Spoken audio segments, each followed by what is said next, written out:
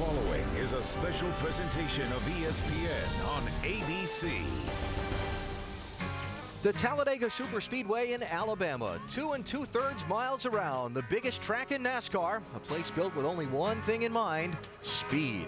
The action here is so good, fans from all 50 states and 18 countries around the world have bought tickets for this weekend's races. Today they'll see a field filled with NASCAR stars.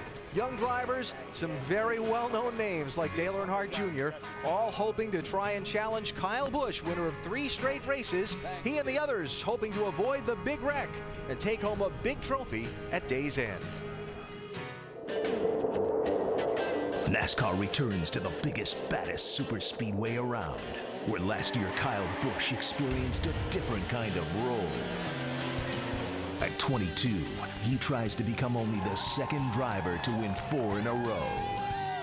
Standing in his way, Tony Stewart, who last year lost by the slimmest margin of the season.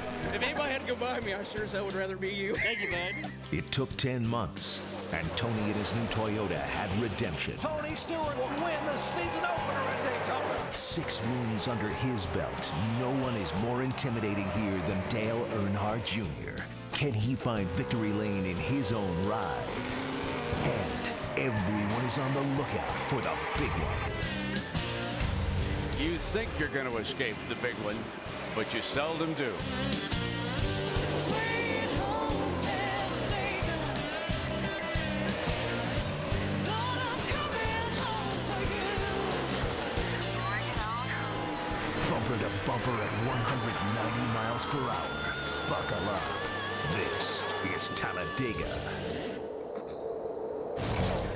And we welcome you to ESPN's NASCAR Countdown as the NASCAR Nationwide Series gets set for its once-a-year race at the Talladega Superspeedway in Alabama. Those scattered thunderstorms are in the forecast. The track is dry now. These drivers are all getting ready to go. Introductions beginning shortly. Mike Bliss starts on the front row. There's Cale Gale, the youngster driving for Kevin Harvick. Brad Coleman, also another one of the young Nationwide Series drivers, and Brad Keselowski driving for Dale Earnhardt Jr., one of the threats to win today. Let's go trackside now and begin our interviews with the man who starts on the front row outside. Mike Bliss is with our Jamie Little. And he's a nationwide only driver, and yesterday Mike Bliss, he told me it's not necessarily about running with the experienced drivers here, it's about running with those who have won here. You're starting second, nobody who's won is immediately around you. What's your plan, Mike? You can sit here and make a plan, and I've been thinking about it pretty hard too all day. Yeah, I don't know. Yeah, you want to get behind Stewart or the 5 Junior.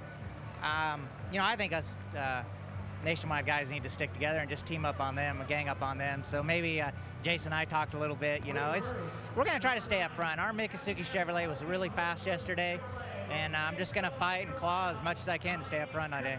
Hey, this could get exciting, AB. We could get a little nationwide only drivers versus the Cup drivers. See how it turns out. Oh, it's always exciting at Talladega, Jamie. And you look now at the start-finish line at this racetrack. That's the tri-oval where the start-finish line is at most speedways. Talladega, things are a little different. It's down closer to turn number 1. A lot can happen between that tri-oval and that finish line. We've seen it many times over the years. And there's our ESPN pit studio with a wonderful view of what we hope to be an exciting finish of today's race. And we welcome you inside. Alan Bestwick, proud to be joined by former Talladega winner Dale Jarrett and former NASCAR Nationwide Series team owner Brad Daugherty. The racing here at Talladega, a few words to describe what we're going to see in these next couple hours. Alan, it's the most nerve-wracking, intense racing that these guys will do all year long. You're never able to get away from the other cars, the pack of cars you're going to be in all day long. You're looking in your mirror constantly, the spotter's in your ear. As much as we talk about how intense it really is, at the end of the day, it's a lot of fun if you can get to that part. Oh, absolutely. You're talking 4 and 5 wide racing. You're talking about these big V8s gasping for air. You're talking about on the mat. We got beverages, we got burgers, we got burning rubber. This is as good as it gets. It's a whole scene. Racing here is just different for a driver. It's different from what they normally do most every other week of the season. Yeah, because it's all about drafting. It doesn't matter how good your car is. Everybody's going to be wide open. Everybody's got basically the same horsepower. The cars aerodynamically are a lot the same. It's about drafting and learning the draft. What your car is going to do a little bit better than someone else. How that's going to get you to the front of the pack at the end of 117 laps. Yeah, and as I talk to these guys, Carl Edwards and Greg Biffle and whatnot, they talk about experimenting with their cars early, trying to figure out what their race car does best. best. They want to get out front and run, see how fast their car is with other cars, how big a hole it can knock in the air, and so they're working throughout the day, building momentum. And like DJ says, as the day goes on, it gets more and more intense because you're working towards winning. These guys all look pretty relaxed right now, sitting there waiting for things to happen, but I guarantee you, in about 20 minutes from now, when they start buckling into those race cars, the tempo is going to pick up in their heart rate and their thoughts, and it will be a very event-filled afternoon for all of these drivers here at Talladega.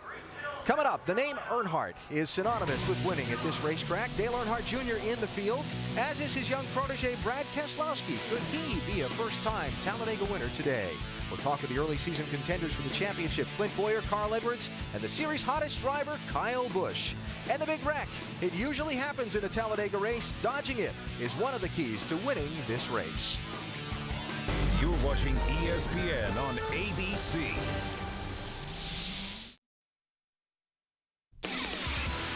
NASCAR Countdown on ABC. Brought to you by Goodyear. Innovative technology to help you get there. Closing in on the start here at Talladega Superspeedway, the car at the head of that line on pit road, that 20 machine, will be driven today by Tony Stewart. He is on the pole for today's race. He won the race at Daytona, this track's sister speedway, back in February. Can he do it again? Mike Massaro is with him now. And Alan, amidst a ton of talk about his contract this week, Tony Stewart said his focus is on winning races, and that's what you'll try to do today. How good's the car?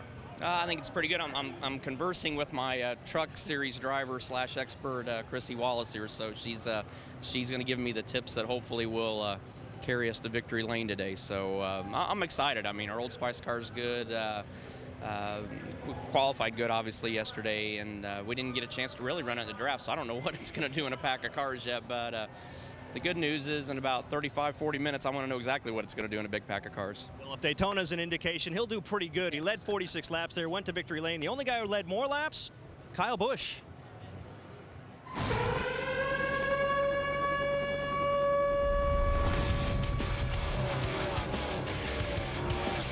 keep a good man down. Kyle Busch is literally driving the wheels off. You know when you're hot, you're just hot.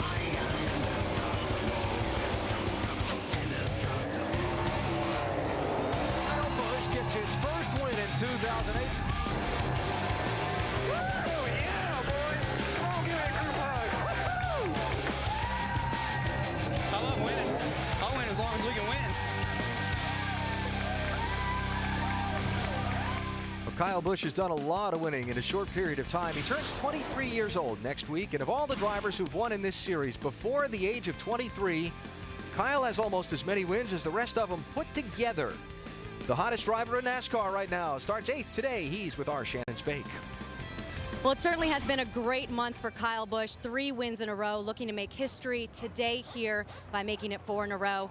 Such a young age, Kyle. How aware are you of the historical impact you're making on the sport? Not much any. You know, we just go out there to try to win every week and do the best we can and see what we can get on given weekends, you know, and luckily in the past 3 weeks we've been able to get to victory lane, and hopefully here today it's none too different where we can try to win 4 in a row. All right, well, good luck to you today. Kyle Busch, a month of first for him. His first win on a road course, his first win, looking to make his first win here at Talladega in the Nationwide Series today. Alan? Certainly Kyle is on a roll, a driver getting on a roll like that. DJ, you've lived it before. Brad, you've seen it before in basketball and racing and all kinds of sports. How's it happen? What's it like? Well, you have to have good equipment in this sport. That's the first thing, and Kyle does have that. He has good people around him. But the thing that's most impressive about him is that he's been able to do it in 3 different series, 3 different types of racing vehicles with 3 different crew chiefs, and doing all of this with just driving talent. He goes out and tells the crew what he needs, what they need to do to the car. He gets the job done, and that's very, very impressive to me. You know, if you use the phrase best in the business, you think of people like Jeff Gordon, Tony Stewart, and so on. Are we ready to put Kyle Busch in that best of the business class yet? No, I don't think quite yet. I think in order to be great or to be the best in the business, you have to win championships, and that's in any sport. That's how that is determined. But Kyle Busch, if you go through this garage, or like DJ says, you watch him drive any of these vehicles, he is very, very talented. I mean, if we just think back to last year, we were sitting here talking about, you know, how many races this kid could have won if he hadn't have had problems. All of a sudden, that switch has been flipped, and now he is on a roll. Kyle was not initially planning on running all of these Nationwide Series races and competing for the championship. Now he's saying, well, Maybe.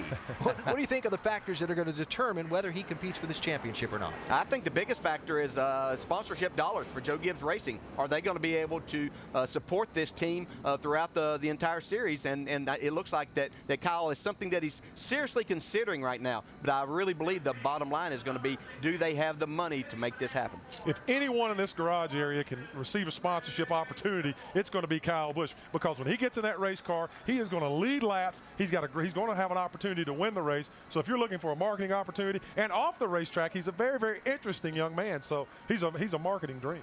Speaking of championship, Kyle third in the standings as we check the points entering today's race. Clint Boyer is the top man in the points, just 9 ahead of Carl Edwards. That's as little as 2 finishing positions in today's race. Any of those top 3 could be the championship leader at the end of the day. We've heard from Kyle. Let us hear now from the point leader. We hear from Clint Boyer with Jamie Little. Well, Alan, 9 points. That's the closest this first and second championship battle has been since 2001. So, Clint, you come in as the leader. How difficult will it be to leave here as the leader? Well, Dan and all the guys will start off with Camp World Chevrolet is fast. You know, it does everything in practice that you need it to do to win the race, but you know, right now you just got to keep that ball rolling, and Talladega is certainly one of those tracks where that ball can come to a screeching halt. You know, you never know what to expect here. You can get into trouble fast, so just got to use our heads here, be solid, you know, out on the racetrack on my end of it, and in the pits, you know, on their end of it. But hopefully we'll have a good day here, and we'll win this baby. All right, well, this is one of 3 tracks, Alan, that Richard Childress Racing has never won in the Nationwide Series. Perhaps Clint Boyer will do the job. And he takes the green in 6th position today. Well, this is the day of the NFL Draft. To look at New York, Radio City Music Hall, where the NFL Draft is being held. Football teams picking players they hope will help them win games in seasons to come. While we'll see the racing version of the draft plenty through the afternoon, let's take a few minutes and put 4 of our experts on the spot. Earlier, we made them draft a team of racers they think can outrun the others today, 3 apiece, and each team must include a series regular. Basically, we're going to combine their finishes, and like golf, the lowest score wins. It doesn't pay anything. It's just our version of a pool on draft day. And note the lower left-hand note. No cheating. Sometimes in racing, it's important to say that. Through the random draw, DJ got the first pick. DJ, who'd you pick and why? Well, I went with a man that's the fastest here so far, Tony Stewart, as my first choice. He won the race at Daytona. I think that he has an excellent opportunity. Even though he hasn't won here at Talladega, I think that he has that chance today. I went with David Rudiman, a good friend of mine, obviously, but I think that David has learned a lot over the last couple of years racing here, and he'll give me a good finish today. And then a young man that I've been very impressed with all year, Brad Keselowski, is going to bring that car home. If he doesn't win the race, he's going to be right up front. That's a pretty strong team. Shannon, you got the second pick. Well, not a bad pick for Dale, but here I go. Number 1, I have Kyle Busch, because like every good lineman, Kyle Busch has certainly proved this season that he has the ability to block, something that's very important here at Talladega. Number 2, David Reagan. He finished 4th in his first start here at Talladega last year, a top 10 at Daytona earlier this season. The youngest of the Roush camp, certainly impressive on these super speedways. And my final pick, the nationwide only driver, is Jason Leffler. He is the franchise player or driver at Braun Racing, and his skills on the super speedway can't be overlooked. Strong. Man. Well, I'll tell you what. I'm going to blow them all away. My first guy is out of Kannapolis, North Carolina, in the Delphi Chevrolet, Mr. Dale Earnhardt Jr. His record speaks for itself, especially here at Talladega. Second, I'm going to go with a young man who got his first win this year out of Wausau, Wisconsin, Scott Wimmer. I expect Scott to win 2 or 3 more races, and he could win this race here today in the Chevrolet, the Holiday Inn Chevrolet. And then we're going to go out of Milwaukee, Oregon. My man starting second outside pole, Mike Bliss, in the Miccosukee Resorts Chevrolet. He's very, very talented, and Mike is on the verge of getting a win. Very geographically diverse team there. Who's left, Mike? You picked last. Well, it's difficult to pick 4th. I find myself in a hole, but I think I've got a pretty solid team. And I start with my number 1 draft pick, Carl Edwards. I mean, he's the defending series champion. He's in the midst of a 29-race winless streak, and I think he's due. The second guy, Clint Boyer. He's never won here in Talladega, but he drives for Richard Childress Racing, and we know their record at this type of a racetrack. That's pretty good, too. My dark horse, Mike Wallace. He has 2 victories at restrictor plate tracks, although they both came at Daytona, one in a truck, one in a nationwide car, and I think Mike Wallace might be the dark horse today. I think I've got a solid team, guys. I'm just sitting here thinking that in a racing draft at Talladega, Junior fell to the 3rd pick. That's kind of a Brady Quinn. I tricked him. I Jedi mind tricked him. I distracted him with cupcakes yesterday when we were doing Is that what it was? All right, so let's recap. Who picked who? And Oh, look, we're just Oh, man, look at those mustaches, man. Old school photos there. Oh, that's scary. That is scary. DJ, wow. man, what was going on? Did you pay for those sunglasses? That's sweet. That is sweet. Couldn't have. No, Wow, that is nice. All right. Hey, it's just for fun. We'll come back later in the day. And by the way, I'm the commissioner. I'm in charge. Someone can sway a tie vote with buying me dinner. Yeah, here's a 20 right now. Later on. Yeah. There you go. Time for break on NASCAR Countdown. Dale Earnhardt Jr. We will talk to him next. He starts 7th in today's race. Heard one of our draftees, Jason Leffler. He's on the inside of row 2. Dario Franchitti outside row 2. We'll see how he does in the NASCAR draft at Talladega. Getting ready for some NASCAR racing at Talladega. 29 minutes to the green flag. Dale Earnhardt Jr. with some midshipmen from the United States Naval Academy down on the grid. Jr. is one of the most successful drivers at this track, a 6-time winner here. He learned from his late father, who won here 14 times. Now Jr. sharing his racing knowledge with a young protege, Michigan native Brad Keselowski, also the son of a successful racer. It's a partnership that's proving beneficial to both.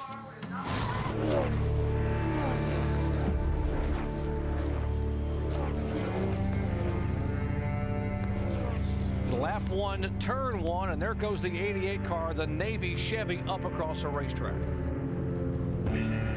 I need to get finishes under my belt as an owner.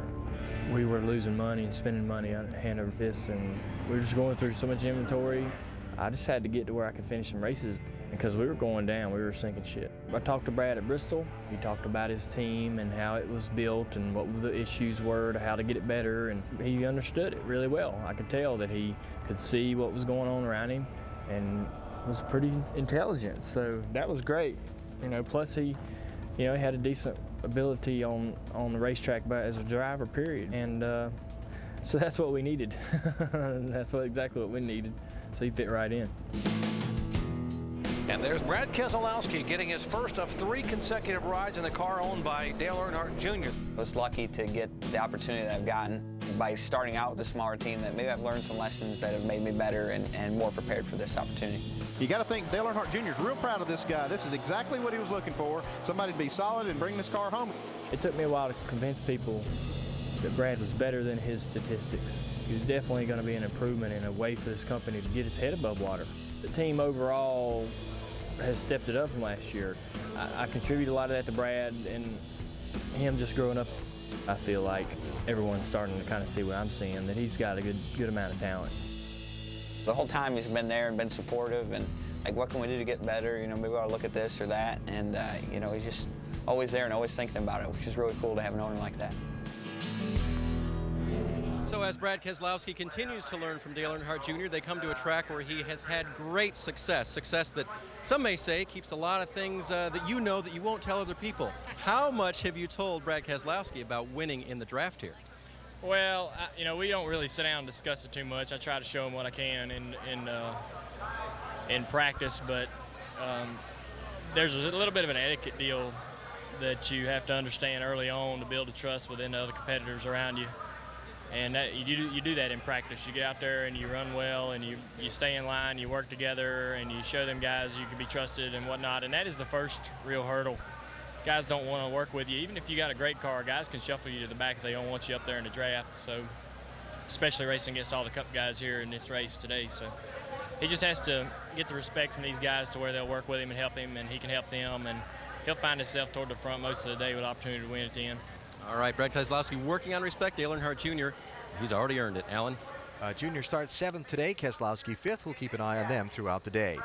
Can't set up a Talladega race without discussing something on every driver and team member's mind right now, the big wreck. You think you're going to escape the big one, but you seldom do. Oh, and we've got trouble on the track, and it's Kyle Busch upside down. It's Russian roulette. I mean, you just never know. You can just as easily win as finish upside down on fire. You can't prepare really for the wreck here because there's so many things that are chance. You have to have a lot of trust in every driver out there that you're around, because one little mistake from anyone causes a big crash. Whoa, contact, and this is the one no one wanted, the big one. I drive around here saying, don't let me cause it. I prefer to get taken out rather than be the one who started off the chain reaction.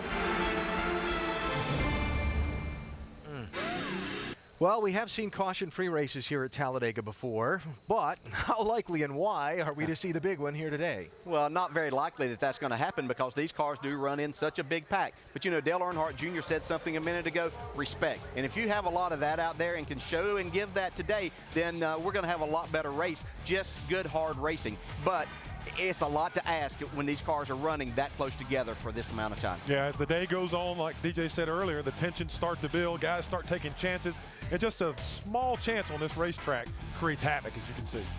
And very, very rarely is there a single car accident at this racetrack. Bump drafting, a term we're going to hear throughout the day. Refresh us on what it is, why it works, and what the risks are. Well, with these nationwide cars, they create a lot of downforce, and so when you have that downforce on the nose of that race car, the back end's up in the air. That's not good here. It slows you down. So when a car pulls up behind you with that downforce, you punch a huge hole in the air, and he can literally bump your bumper down that back or front straightaway. But when you go into the corner, we don't want to hear anything about bump drafting, do we, DJ? No, we need to do it all on the straightaway. If we can keep it there, most of the time, everything's going to be okay. And you have to be respectful of that guy in front of you, not hitting him too hard because that can create a problem. But keeping it on the straightaway, not through the tri-oval in the corners, and we'll be a lot better off. It's hard for someone who has never driven a race car at a place like this to fathom. You're intentionally bumping someone at 200 miles an hour in that kind of traffic, but it happens. We'll see it throughout the day. Going to send you upstairs and get ready for the race. Appreciate it. Absolutely. Thanks. And while we send DJ upstairs, let's talk about the rules package the cars use here today. Rules designed to contain speeds within a certain range in the interest of safety. For a look at what's different on the cars here, let's go to our Chevy Cutaway car and bring in Tim Brewer. Tim? Thanks, Alan. Here in Talladega, Alabama, we've got a couple of different aero aspects that we don't normally run. One is the roof deflector. What that does, it makes the car knock a bigger hole in the air so the guys behind you can draft up on you at a little bit quicker rate. Another thing that we've got this gurney on the rear of the spoiler. What that does is plants the back of the car. And anytime you're running 2 and 3 abreast here in Talladega, it makes the cars a lot more stable. Alan? All right, Tim, thanks. There's Stephen Light driving the 3rd Richard Childress racing car here today. See if he can hook up with his teammates Boyer and Wimmer and finish up front. David Ruderman, our in-race reporter. We will talk with him throughout the day. Lots of fans here enjoying lots of food at Talladega, the NASCAR Nationwide Series getting set to go. Bang, bang. Almost time to go racing at NASCAR's biggest track, the Talladega Superspeedway. We go trackside now for the opening ceremony.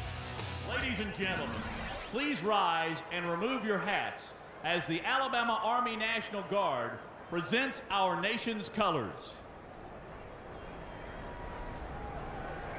Please remain standing as Jenny Ellison of Alabama Raceway Ministries offers today's invocation. Let us pray. Dear Heavenly Father, I thank you so much for this beautiful day you've given to us to go racing. I also thank you for the freedom we have this day and for those who fight for our freedom.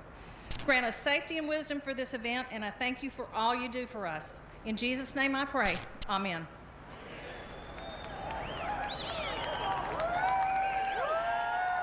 And now welcome to perform our national anthem, upcoming recording artist, Jamie Wolf.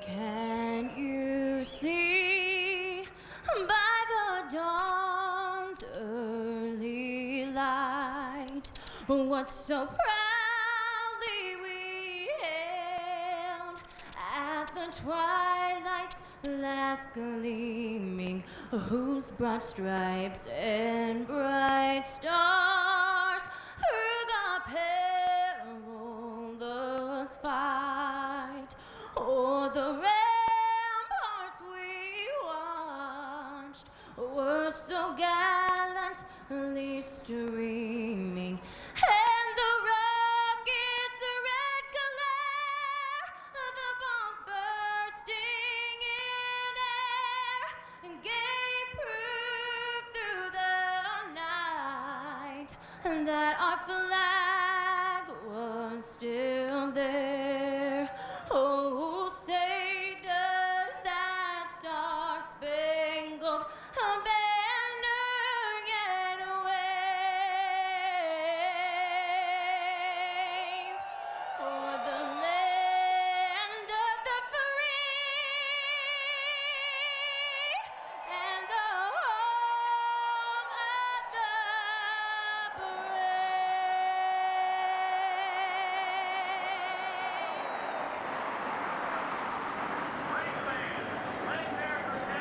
Almost time to go here at Talladega. 36 lead changes in this race last year. Question is, who will be the leader when it counts the most? That's what all these fans are here to see at Talladega Superspeedway.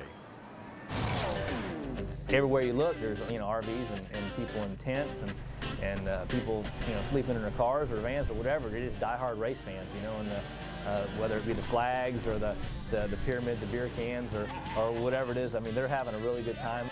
They're pretty hardcore.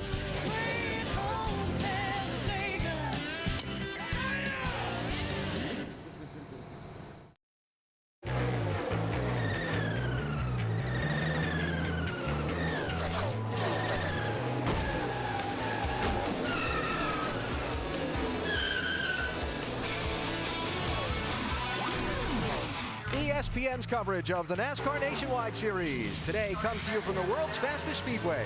It's the Aaron's 312, live from Talladega Superspeedway in Alabama. The scene here at Talladega, well, it can be a little wild at times, and that's just the infield. Now the action moves on to this giant 2 2/3 mile track where the racing will be fast, frantic, and furious over the next couple of hours. Engines fire in just about 2 minutes, so let's head upstairs and join Dr. Jerry Punch, Andy Petrie, and Dale Jarrett. Gentlemen. Thank you very much, Alan. Hello, everyone, and welcome to Talladega. Glad to have you with us. Most of us would agree that normally these drivers who compete inches apart at almost 200 miles per hour are fearless. But here at Talladega on race morning, when you look into their eyes, you see something very different. There is obvious concern. And Dale Jarrett, why are some of the best drivers in the world so worried about what might happen here today? Well, Jerry, we're here at Talladega, and these drivers know the likelihood of a big crash is highly probable. And it doesn't matter if you're running first or 35th, this big crash doesn't discriminate. You can be involved, and that chance is highly probable that you're going to be a part of something just like this today. These drivers, they are fearless. They're not there concerned about that, but they also know that when you wreck here, you hit hard. And when you hit hard, as safe as these cars are, it's still going to hurt. And, Danny, drivers don't like that. Yeah, it's not if it's going to happen, but when. And Andy, break it down for us. What causes these violent multi-car crashes? Well, you would think sometimes it would be the inexperienced drivers, but more times than not, you see veteran drivers making mistakes, like you see right here with Kyle Busch getting turned upside down by a little nudge from Tony Stewart. And then again, this happens on the straightaway a lot of times. You see these guys trying to jockey for position. You see Kenny Wallace gets into the back of Tony Stewart, kind of puts him on his lid on the front stretch. So, these things happen a lot of times with veteran race car drivers. Things can happen in a hurry at Talladega. Multi-car crashes, so starting spot doesn't make a lot of difference. Remember, Bobby Labonte won this race last year from 34, so everyone's a contender, which makes this race so fun to watch today. Let's go trackside for the command. And now, for the most famous words in motorsports, please welcome from the Wounded Warrior Project, members Noah Galloway, U.S. Army, Neil Duncan, U.S. Army, Alumni Director Ryan Kelly, Program Manager Ryan Cools, and Executive Vice President of Resources Development, Jeff Searcy. Gentlemen, start your engines. Crank them up, gang. Crank them up.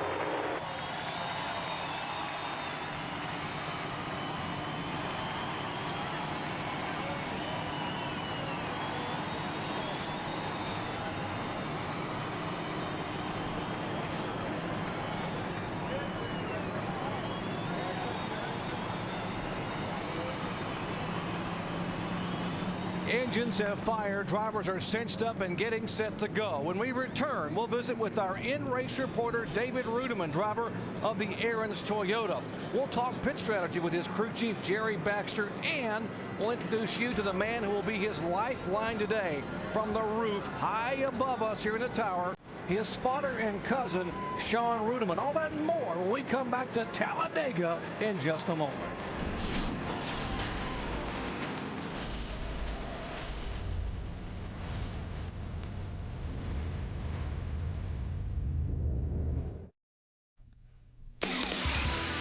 ESPN's coverage of the NASCAR Nationwide Series on ABC. Brought to you by Toyota. Moving forward.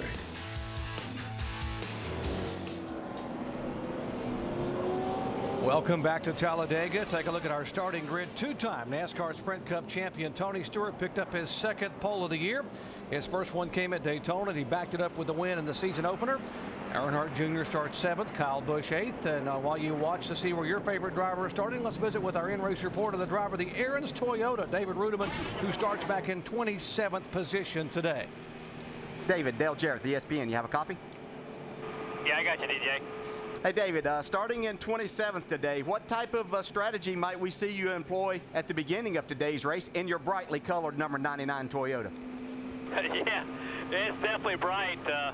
But yeah, I don't know. I mean, you know, you have all kinds of scenarios and game plans kind of in place that you think you may, you know, put into play. But when it comes down to it, we try and get in line or try to get closer to the front than what we are, or try to find us a couple guys to work with, and definitely not take any chances this first half for sure. Okay, David, our second question comes from one of your fans. John in Austin, Texas would like to know, if you could pick any driver, who would be your dream drafting partner? Well, if I can't have Dale Jarrett, I guess I'm gonna have to go with probably somebody like Tony Stewart, Dale Jr. Those guys who seem to be awful good at working stuff in the draft. Those guys do a good job. But my first choice is Dale Jarrett. But any chances of that ain't happening are probably slim to none, right? Yeah, I'll send you a check later. Hey, I appreciate it. Have a great day, and we'll talk to you later on, Dave. All right, man. Thanks, buddy. Calling his shots for David on pit road today will be veteran crew chief Jerry Baxter. Let's hear from him. Hey, Jerry Baxter, Andy Petrie up here in ESPN. You got us? Yeah, Andy, go ahead. Hey, Jerry. We got a lot of different strategies that are used here at a super speedway like Talladega, different than other tracks. What can we expect to see down there today? Well, Andy, before I tell you about our strategy with the Aaron's Dream Machine, I had a question for you. I wanted to make sure that you were feeling well and everything. I didn't really see you down in Mexico City last week. Come on, Jerry. This man can't have a weekend off. Yeah, it's 10-4. What we're going to do, we're going to have to, you know, being starting in the back like we're doing and everything, we're going to have to, you know, pull some kind of strategy to get them up closer to the front. So the way this tire was wearing during practice, you know, we ran 45, 50 laps. There was no wear, so I'm sure you're going to see a lot of two-tire, no-tire strategies and whatnot. Thanks a lot, Jerry. You guys have a great race. Thank you. Arguably here at Talladega, the most important member of the crew is not on pit road, but rather high above it on the roof in the spotter stand. In David Rudiman's case, it's his cousin Sean who works as his spotter. Let's visit with Sean. Sean, Dale Jarrett, do you have a copy? Yeah, 10-4. Go ahead, Dale. Hey, Sean, we know the spotter's role today is very important. Deals are being made throughout the day. Have you already started making some of those deals?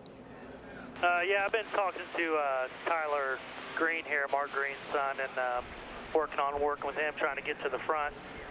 Deals are made, deals are broke. Probably last 20 laps, there'll be more wheeling and dealing up here than Las Vegas. So really come the end of the race, you know, everybody tells you they're going to go with you, and then last couple laps is the free-for-all brawl to the front. All right, you have a great day. Keep your eyes open, and we'll talk to you later on. Thank you. Sean has a nice vantage point high above. We'll also give you a vantage point from inside the cars with high-definition onboard cameras. We'll be riding along with Mike Bliss, who equals his best start of the year, second in the Miccosukee Golf Championships Chevy. Dale Earnhardt Jr. starts 7th in the Delphi Chevy, carrying our Chevy in-car camera. Mike Wallace 20th in the Geico Toyota. Greg Biffle starts 15th at City Financial Ford. Kyle Busch, Kenny can keep the string alive, starts 8th in the Z-Line Designs Toyota. K.O. Gale starts 9th in the Camping World Chevrolet. And Brad Keselowski starts 5th in the Navy Chevy. Well, from on the track to high above it, aerial coverage from high above this massive 3,000-acre complex, courtesy of our good friend at Goodyear. For track-tested technology, get there on Goodyear Innovation. Well, it's all about the draft today. We'll have more draft stories, and we'll talk about the politics of the draft after these messages and a word from our ABC stations.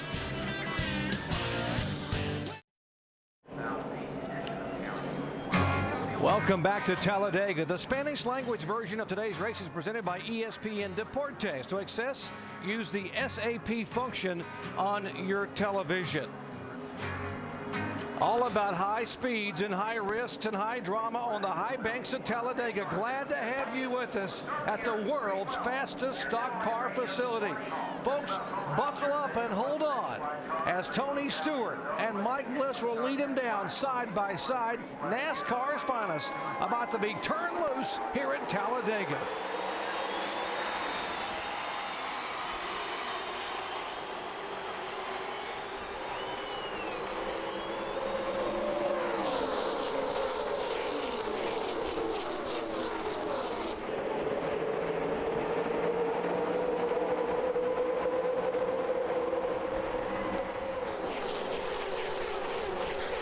This is a 117-lap race, 312 miles, but right now these drivers got to be thinking about that weather is threatening, and a lot of guys believe we may be racing to the lap 59 mark at halfway. I don't think they're going to waste much time getting into their racing mode right here. That's what this promotes, this type of racetrack. These cars are very, very equal, and we're going to see just who really understands the draft today, Andy. Yeah, with that threat of weather shortening the race, you might not see a lot of these guys taking their time and being as patient as we'd normally see if they felt like they had the whole race to work themselves into position. When you see these guys trying to line up on the inside, it looks like they're getting a little bit of an advantage. Looking back at the 88 car, we were talking this morning about who could be some of the sleepers here today. And DJ, you said this kid, Brad Keselowski, could be one to watch. Yeah, this young man's been very impressive so far this year. He has a fast race car. We saw that in practice the other day. And I really believe that he's learned enough already about this drafting. And he has a good boss to learn from, too. Now, I'm sure he and Dale Jr. have sat down and talked about this very thing. 18 car backsliding there, lost out of the draft. That is Kyle Busch. He's got his hand out the window like he may have some kind of problem. He wants to go to the back and try to get out of this group for some reason. You see his hand out the window waving to these guys so they can just get around him. And it looks like, see right there, his hand's out there. He must have some kind of problem. Yeah, it's certainly not his style to drop back. We wouldn't expect that, but you just don't know. It may be a situation that he feels comfortable in doing that. Maybe it's a pit window type situation that they want to save a little fuel at the beginning. You just don't know what these guys have in mind, so we'll be checking on that. Up front, the 20 car, his teammate, Tony Stewart. 38 is Leffler. Then comes Keselowski, and his boss right behind him, the 5 car of Dale Earnhardt Jr. Let's see these two teammates working together and see if they can get by these Toyotas. Boy, get a big bump out of the 88 into Jason Leffler to the 38. More on Keselowski, Mike.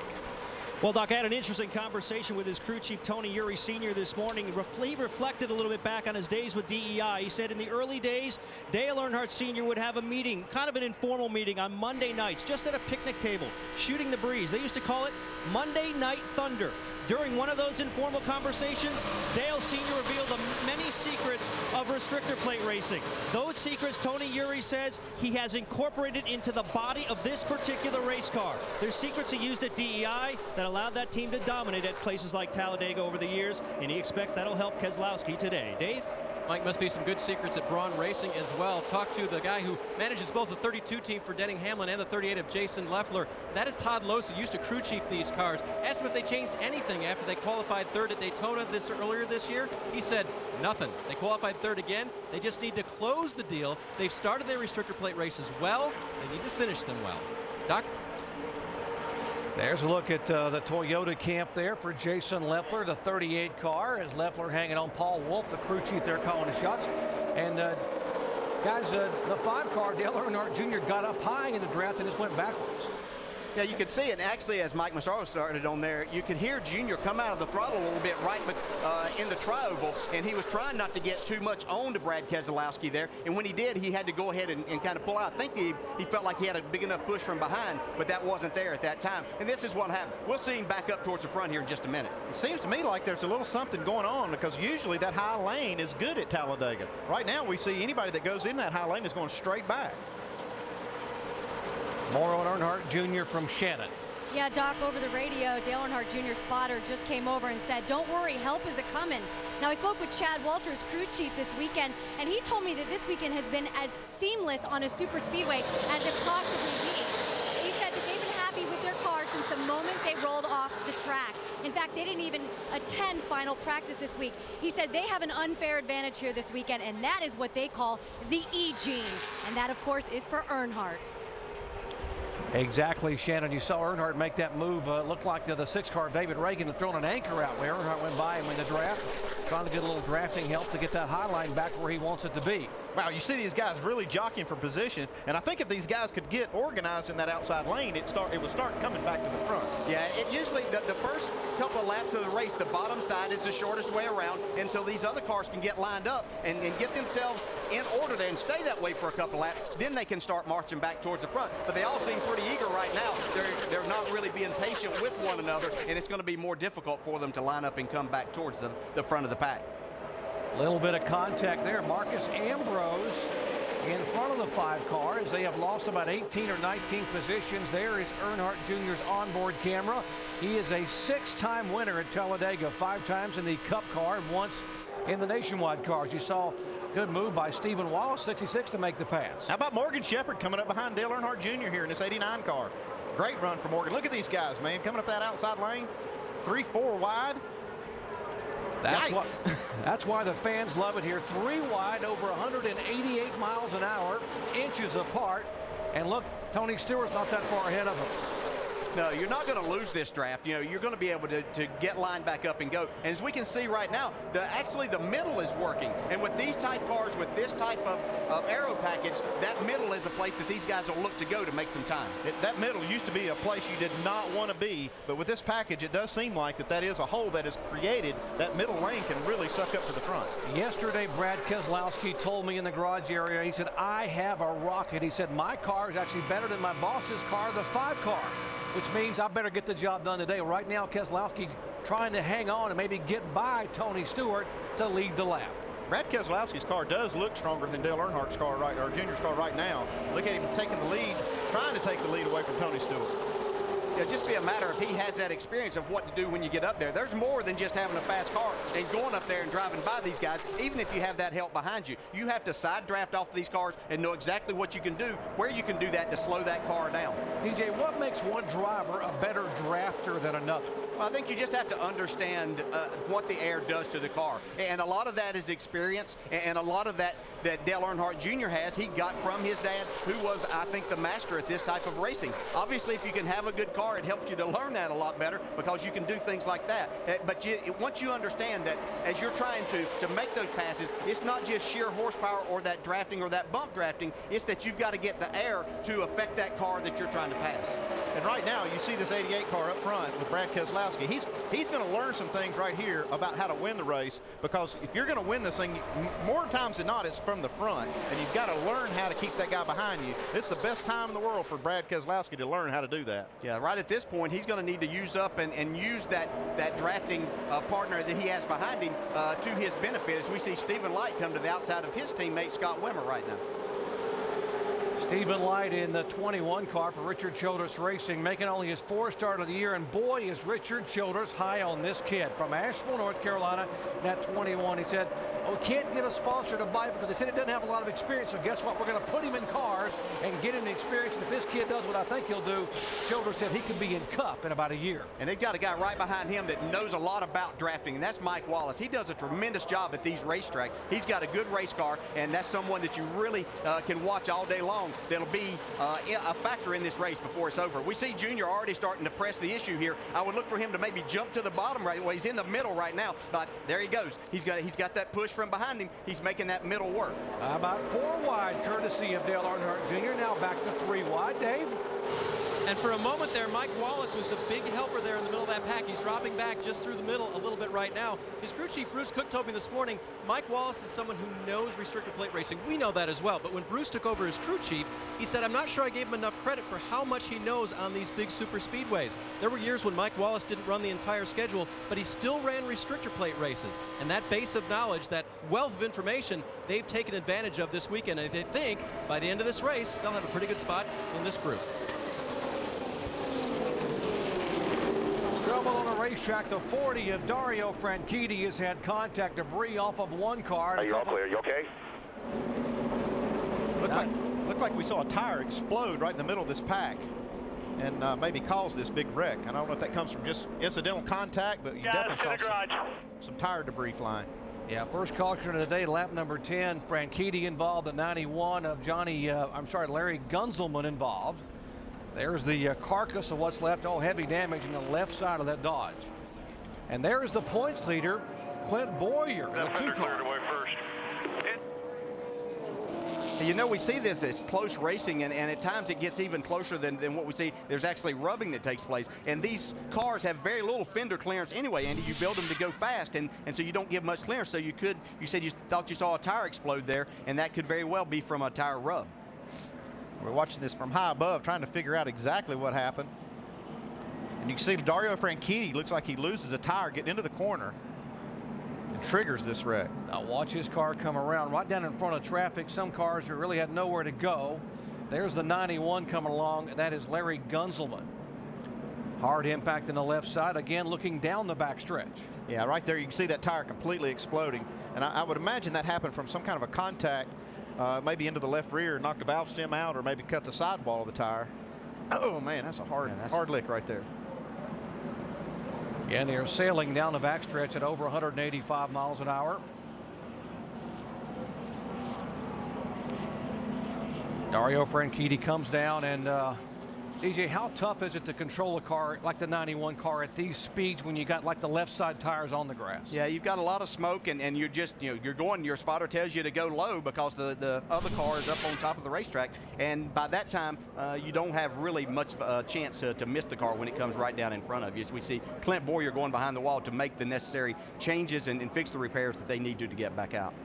You worry so much about what happens at Talladega. We talked about the concern, and you see it in the driver's eyes when the race starts, about running so close together, wide open. And now here at lap number 10, we have caution for the first time today. Let's go down to pit road, and Shannon. Well, great pit stop for Dale Earnhardt just in time. He's running a little bit hot, so they're going to take some tape off the front of that grill. They're also going to make a track bar adjustment. No tires, gas only. Dave.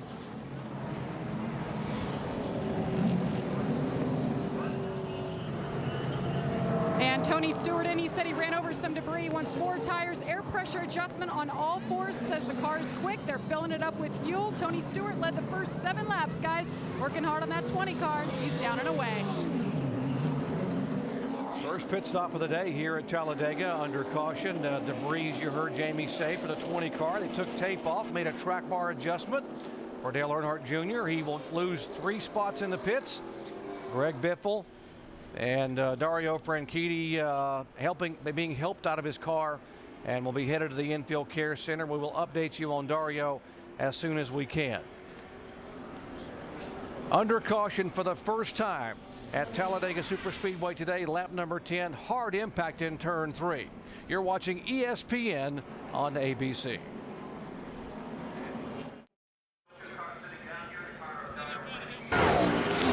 Welcome back to the Aaron's 312 at Talladega. Next week, the Nationwide Series moves to the action track for race number 11 of 35. Richmond International Raceway hosts the next Nationwide Series race at the track they call Racing Perfection, the 49th Richmond Nationwide Series event held dating back to 1982. 250 laps, 187 miles. It's nationwide action at Richmond. Coverage begins at 7 o'clock Eastern on ESPN2. Cars being carried back to the garage. One already in the garage, which is our points leader, Clint Boyer. Let's update his situation. Dave. And Doc, this is of course a critical weekend at a track where so many surprises can happen. Dan Deeringhoff at the front of the car, their crew chief directing the repair efforts on here. They think they can get it done and back out of there, but everything's got to be straight. He's got to be able to run the minimum speed and get back in this racetrack. They came in with just a slim points lead. They need to get back out there and earn the valuable points that they can. Clint sitting just nearby will try to get a word with him before he goes back out. Only a 9-point margin for Boyer over Edwards coming in, and now he's involved in the first big crash of the day, trying to hurriedly make repairs. We just joined our coverage. You worry about the wrecks here, the speeds, the close quarters, and has bitten the field early. Lap number 10 coming down the backstretch. Watch Dario Franchitti, left side of your screen, in the 40 car.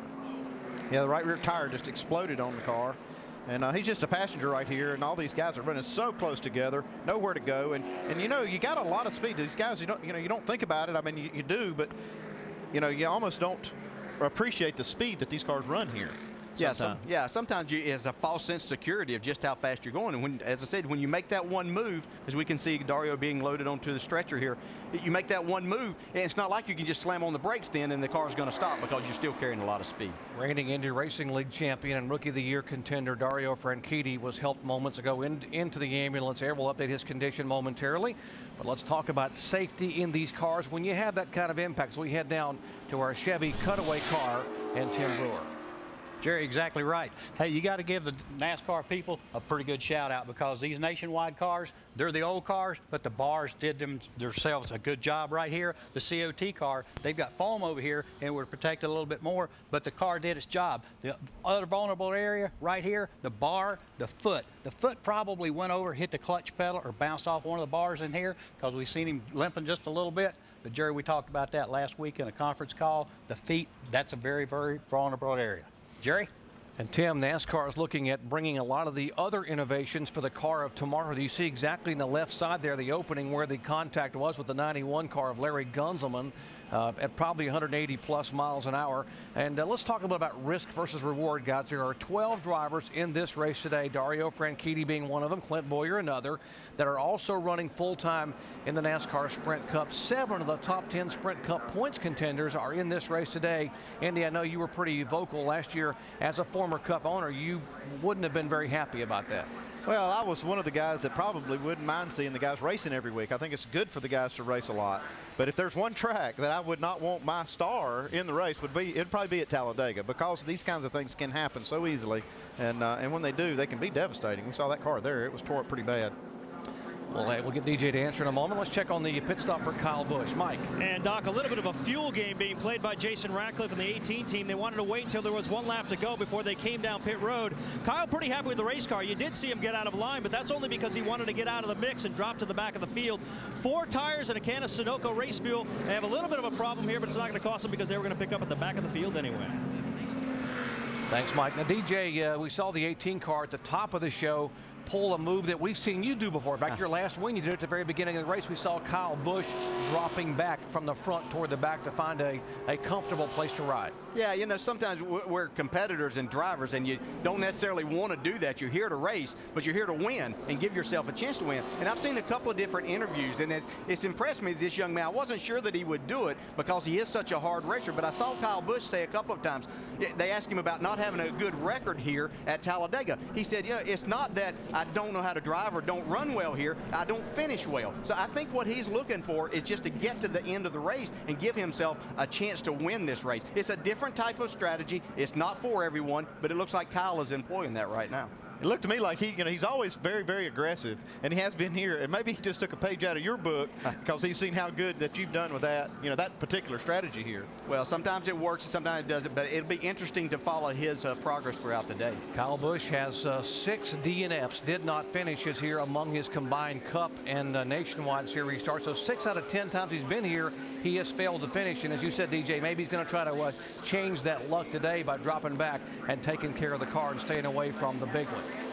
Going back to Dario Franchitti and talking about the risk reward a little bit, I think in Dario's case, he's someone that needed to be in these cars here, racing today, getting that experience. Even though he has experience with the draft, nothing like what it is with these cars. So I think that's a great idea. And I always looked at it as a driver, Andy. If I had sponsorship, I wanted to go race and try to become a better racer. We will update you about Dario. You saw him being helped from the car into the ambulance, awake and alert. We'll try to get an update as soon as we can. Meanwhile, we're going to go back to Green Flag Racing at Talladega. Brad Keselowski driving for the United States Navy on the side of that car, owned by Dale Earnhardt Jr.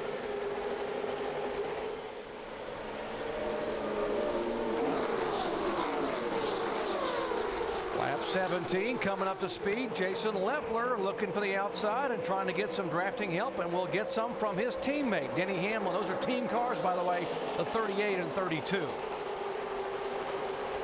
I'm not sure how much patience we're going to see from these guys early on. As we know, weather is in the area, and I think they believe they need to get out front. They want to lead lap, get the bonus points, or just get themselves in a position to where they can make that pass or be right there as this race gets closer to halfway. I have to think that this weather is figuring in some of these guys' decisions. We saw that 18 car come down pit road to get some fuel right there. It's a last-minute thing, and maybe they're trying to open up a window that they think might be for rain, and they would be able to go a little longer than these guys. If you're watching at home and wondering why these drivers will go down to that yellow line and do not go below it, because NASCAR is pretty adamant about what you can and can't do on the bottom side of the racetrack here at Talladega. Yeah, not only are they adamant, it's a rule. You can't go below there. You can't even take a tire down below that yellow line and advance your position. If you do, you're going to have to come through for a pass-through penalty if you advance that position. So you might see somebody look down there, but if they know the rule and understand it, then they're not going to advance that position. And this is something that took place a few years ago, as we had a lot of times cars trying to make a pass at the end of the back straightaway or at the end of the front straightaway, and then you run out of racing room and just creates a big mess. That is one rule that is unique to Daytona and Talladega only. You can go below that line at any other racetrack we race at, but they do that here just for safety, because we were seeing some crazy moves that people were making below those lines. Top 6 cars were single file until a moment ago, and now it's a little Little team Toyota tactics there. Looks like Denny Hamlin wants to become one of the new leaders today. We've had 5 lead changes, 5 different leaders. Hamlin trying to get by Jason Leffler to take that spot away. It looked like the Denny Hamlin, that 32 car, had some momentum and didn't have anything to do with it. He had to find somewhere to go. That's perfect, Andy. You're exactly right. You get that momentum, you push that car to the front, he's sucking you up with him, and you have that momentum. All of a sudden, you want to fan out. You don't want to come out of the throttle just to sit there. You want to try to go, and now Denny finds himself on the outside looking for some drafting help, and he's got some pretty good help coming to him right now. So if they'll stay in line, they'll be back up at the front in probably a lap and a half. Denny Hamlin is there. Dale Earnhardt Jr. is there, as is Tony Stewart in that high line trying to draft back up there. Meanwhile, they scatter now again 3 wide. Folks, welcome to Talladega NASCAR style. Whoops, a little bit of contact in the back and another car in the wall. That is Scott Wimmer in the 29 car. He has got some contact. Out, caution's out. Looked like we saw him 5 wide back in the pack getting into turn 1, and that's never a recipe for success getting into that corner. Now, you know, when they repaved this racetrack, it made the whole racetrack so smooth, and these guys get that idea that you can just race anywhere because you can, but at some point in time, you're going to run out of a little bit of room, and we'll see exactly what happens to Scott here. He's in the 3rd car of 4 wide, and actually, as you said, Andy, they get 5 wide right here. Inside of the 66, right over in front. That's a tire. 41, yeah, tire had an issue with Wimmer. There was no contact whatsoever. We just assumed they got 5 wide and got together, but that was actually a tire that let go. Looks like the right front.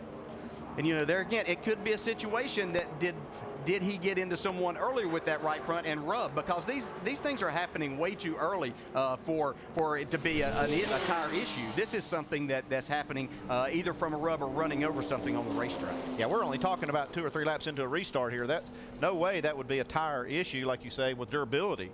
But these guys, I've heard, are doing some crazy things with tire pressures, and you know, to try to go fast here, maybe that's causing some problems. Scott Wimmer told us Thursday this place has never been very good to him. In 4 previous starts here, his best finish is 28th back in 2002. He has 3 DNFs and 4 trips to Talladega. Lucky dog, well, it was lucky for one driver. Justin Ashburn out of Tennessee gets the free pass. He was the first driver a lap down, and he will get back on the lead lap courtesy of the Aaron's Lucky Dog free pass. More from Talladega in just a moment.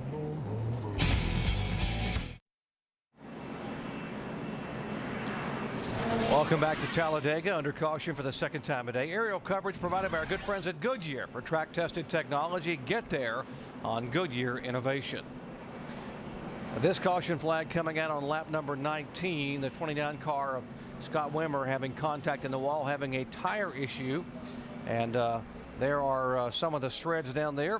We want to update, by the way, Dario Franchitti, who had that hard impact in the first caution, is being transported to a local hospital for further evaluation. Again, Dario Franchitti, you saw him awake and alert out of the car and put on a stretcher. He's being transported to a local hospital for further evaluation. We'll try to update you as the information becomes available.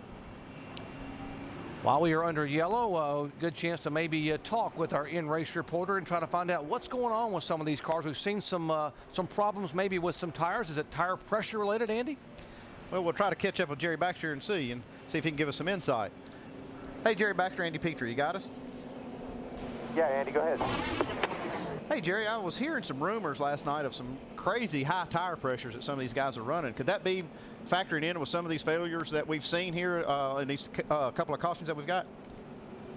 You know, I suppose it could be. I heard a few people were running pretty high on the qualifying pressures and whatnot, but I mean, I'm running my car at minimum and ran about 50 laps that way yesterday or the day before, and I didn't see any tire issues at all. So I really don't understand why they'd be doing that, but I know one thing will cause them tire failures is that sheet metal hitting it. Yeah, we've kind of speculated that maybe it's contact, but it's just kind of crazy. We've had a couple of them in a row here. Just wanted to check in and see what you thought. Thanks for helping us. All right, 10-4. Now, the Goodyear engineers do give these teams recommended pressures they should follow for the tires, a minimum and maximum. And, of course, they ask the teams to follow the pressures, and some of them do and do not. Now, we're not speculating that's what the issue was. We'll try to update what happened, but obviously a right front tire for Scott Wimmer, and he was in the wall. Under caution here now for the 2nd time today at Talladega.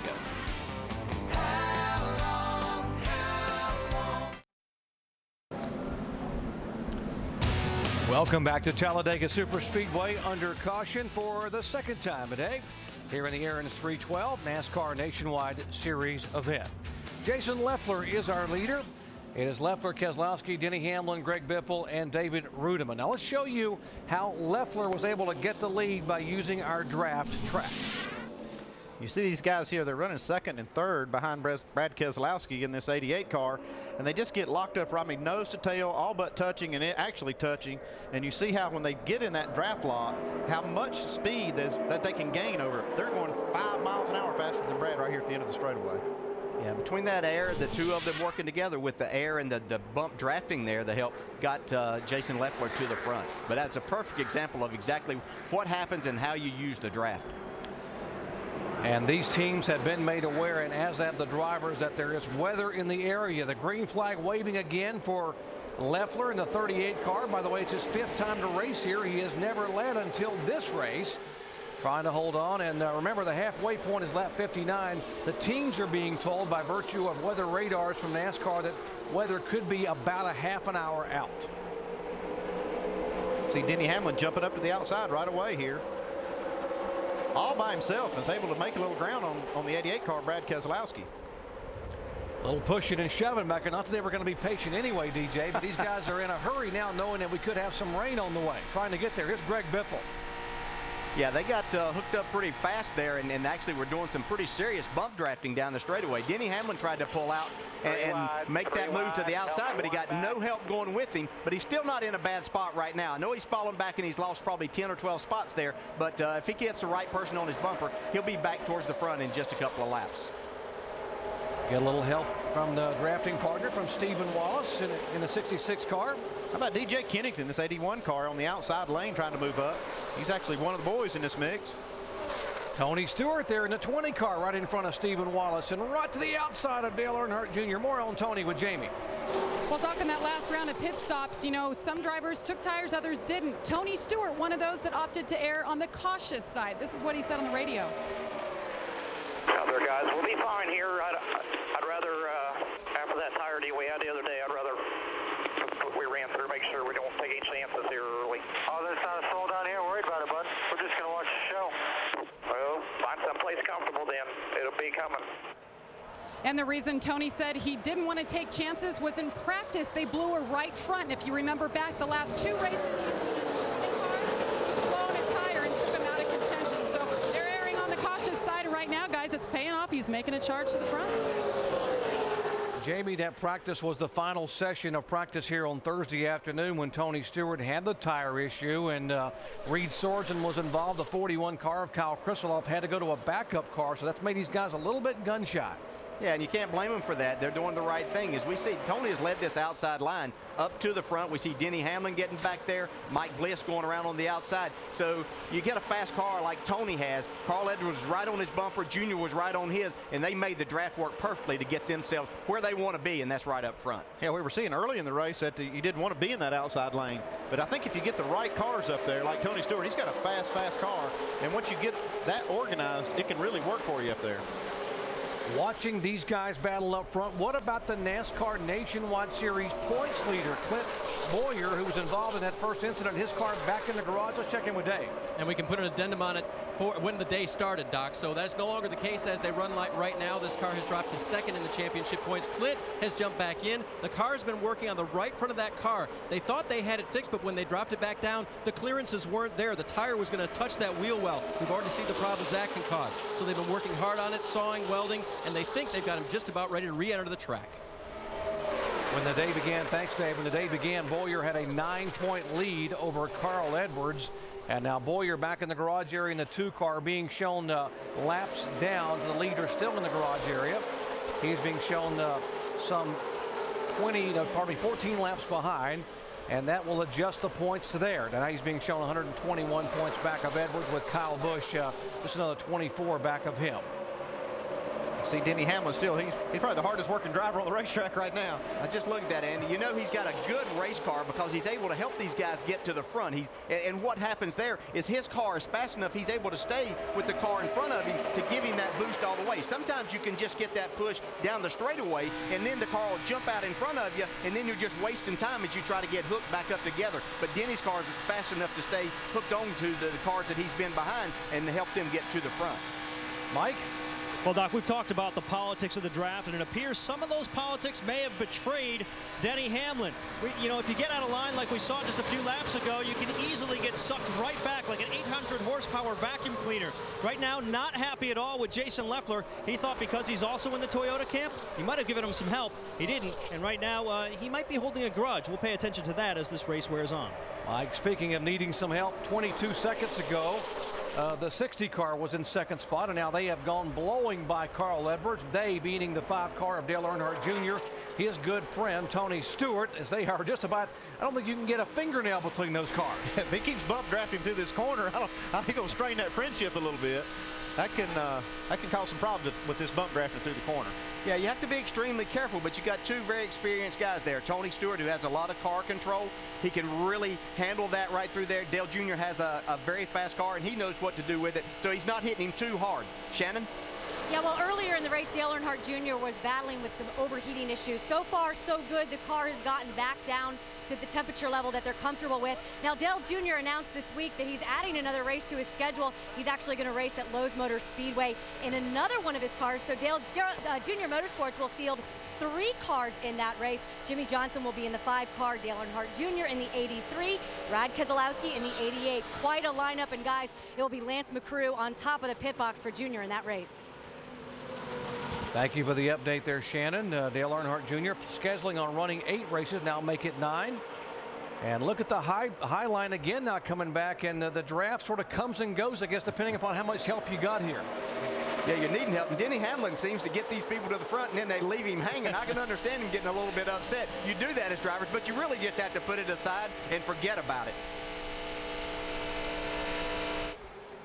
Tony Stewart, the 20 car, the 5 of Dale Earnhardt Jr., Jason Leffler, the full-time NASCAR Nationwide Series driver. How about Mike Bliss in the 1 car? Only the 4th race he has run now for James Finch, and doing a heck of a job in that 1. That 1 car is really coming around. Like I say, qualified 2nd. That's extremely, it shows you how much strength that the team has when you can do that.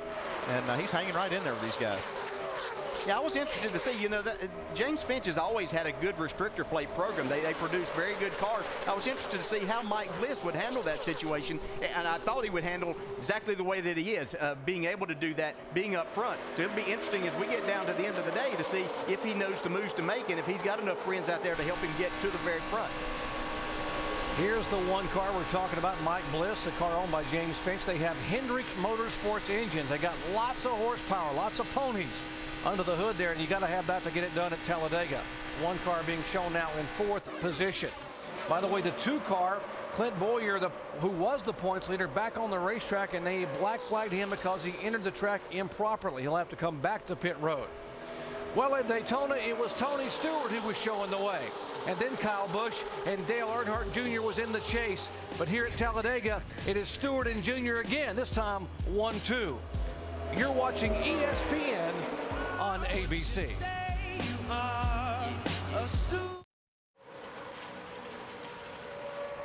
The first round of the NBA playoffs continues on ESPN with 2 more games tonight. First at 8 Eastern, Kevin Garnett and the Boston Celtics meet the Atlanta Hawks in Game 3 of their series. The Green leading that one 2-0. Then at 10:30 Eastern, the nightcap, Tracy McGrady and the Houston Rockets take on Carlos Boozer and the Utah Jazz. In Game 3, Jazz leading that one 2-1. First round of the NBA playoffs, ESPN tonight, your NBA destination. We continue under green here at Talladega Superspeedway in the Aaron's 312. Tony Stewart, Dale Earnhardt Jr. continue to be the top 2 guys. Couple of cautions already in the event, Brad. Kind of event-filled so far, and we still haven't seen the big one. No, Alan, we've seen a couple of individual scrapes, but I think what happens as the day goes on, and everyone who's been here for a number of years knows that it's the guys' patience that start to wear thin and create that opportunity for the big one. So as time goes on, as we get closer to that 59 lap mark, I think you're going to see that opportunity for the big one to occur a little bit more frequently. And the region in lap 59 important today? That's the halfway mark of the race. The weather radar shows us there are showers scattered around Alabama if one should hit the speedway after this race has crossed the lap 59 mark. And NASCAR doesn't feel they can get the track dried before they'll lose daylight. No lights at the speedway. Then they could call this an official race, and so things will get a little more urgent as we close in on the midway point of the event. Other storyline of the day, championship leader coming in, Clint Boyer in the garage after getting caught up in an early tangle back at lap number 10. He is back on the speedway, but he is well behind, being shown in 40th place, 22 laps down. So it's Stewart and Earnhardt Jr. at the head of the pack as we go back up to the head of the grandstands. Top of the stairs, Dr. Jerry Punch, Andy Petrie, and Dale Jarrett. Thank you, Alan. A lot of young drivers really doing some impressive jobs here. Give a call to young 20-year-old Stephen Wallace. Now, coming off his career first top 10 at Mexico City last week. There's Stephen in the 66 car. He came all the way from 25th starting spot and is now holding to 6th position, doing a heck of a job. He really is, Jerry. I've been watching him a lot away from the camera, and he's resisting that temptation to jump out of that line. He knows that those where the fast guys are. Tony Stewart, Dale Earnhardt Jr., he's got Greg Biffle right in front of him. He knows that's where he needs to be, and as easy as it would be for him to jump out of there and try to go to the front, he knows that he would only probably go backwards. He's not going to get a lot of help being a young driver here, but he's got himself in a really good position with Kelly Byers right behind him doing a great job, and Brad Coleman right behind him. So these guys are doing a terrific job as Brad Coleman goes to the front. With guess who? Denny Hamlin pushing him. There's another guy he's pushed to the front. We'll see what happens as they get there now.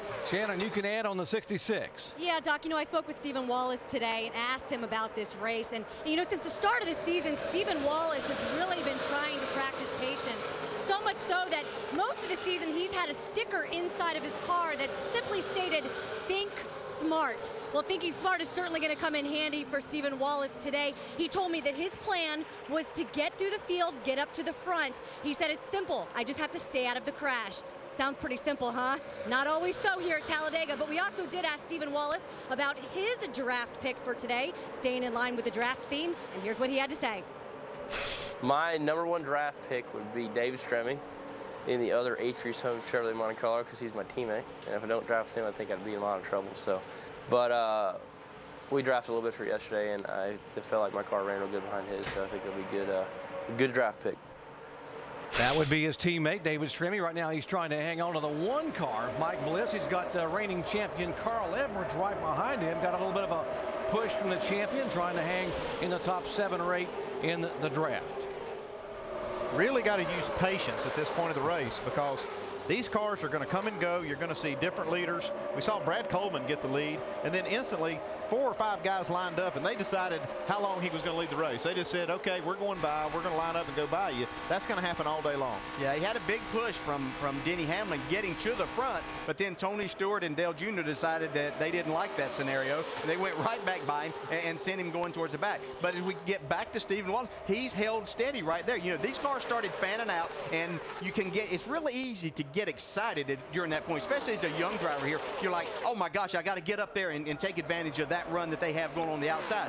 As we see Dale Jr. once again pushing Tony Stewart down through the tri-oval and getting a little bit of space from the rest of the cars. But these guys, if they stay in line and show that patience that you were talking about, then they can come out of here with a really good finish today. Dodge of Justin Ashburn, the 57 car, headed to the garage area for repair, so that will put him behind the wall. We have had 6 different leaders, 10 lead changes. Tony Stewart has led 3 times for 22 laps, and here's the 24 car spinning. That will bring out a yellow flag, Eric McClure. Get it running, we can stay on the lead lap. Come on. Tires down.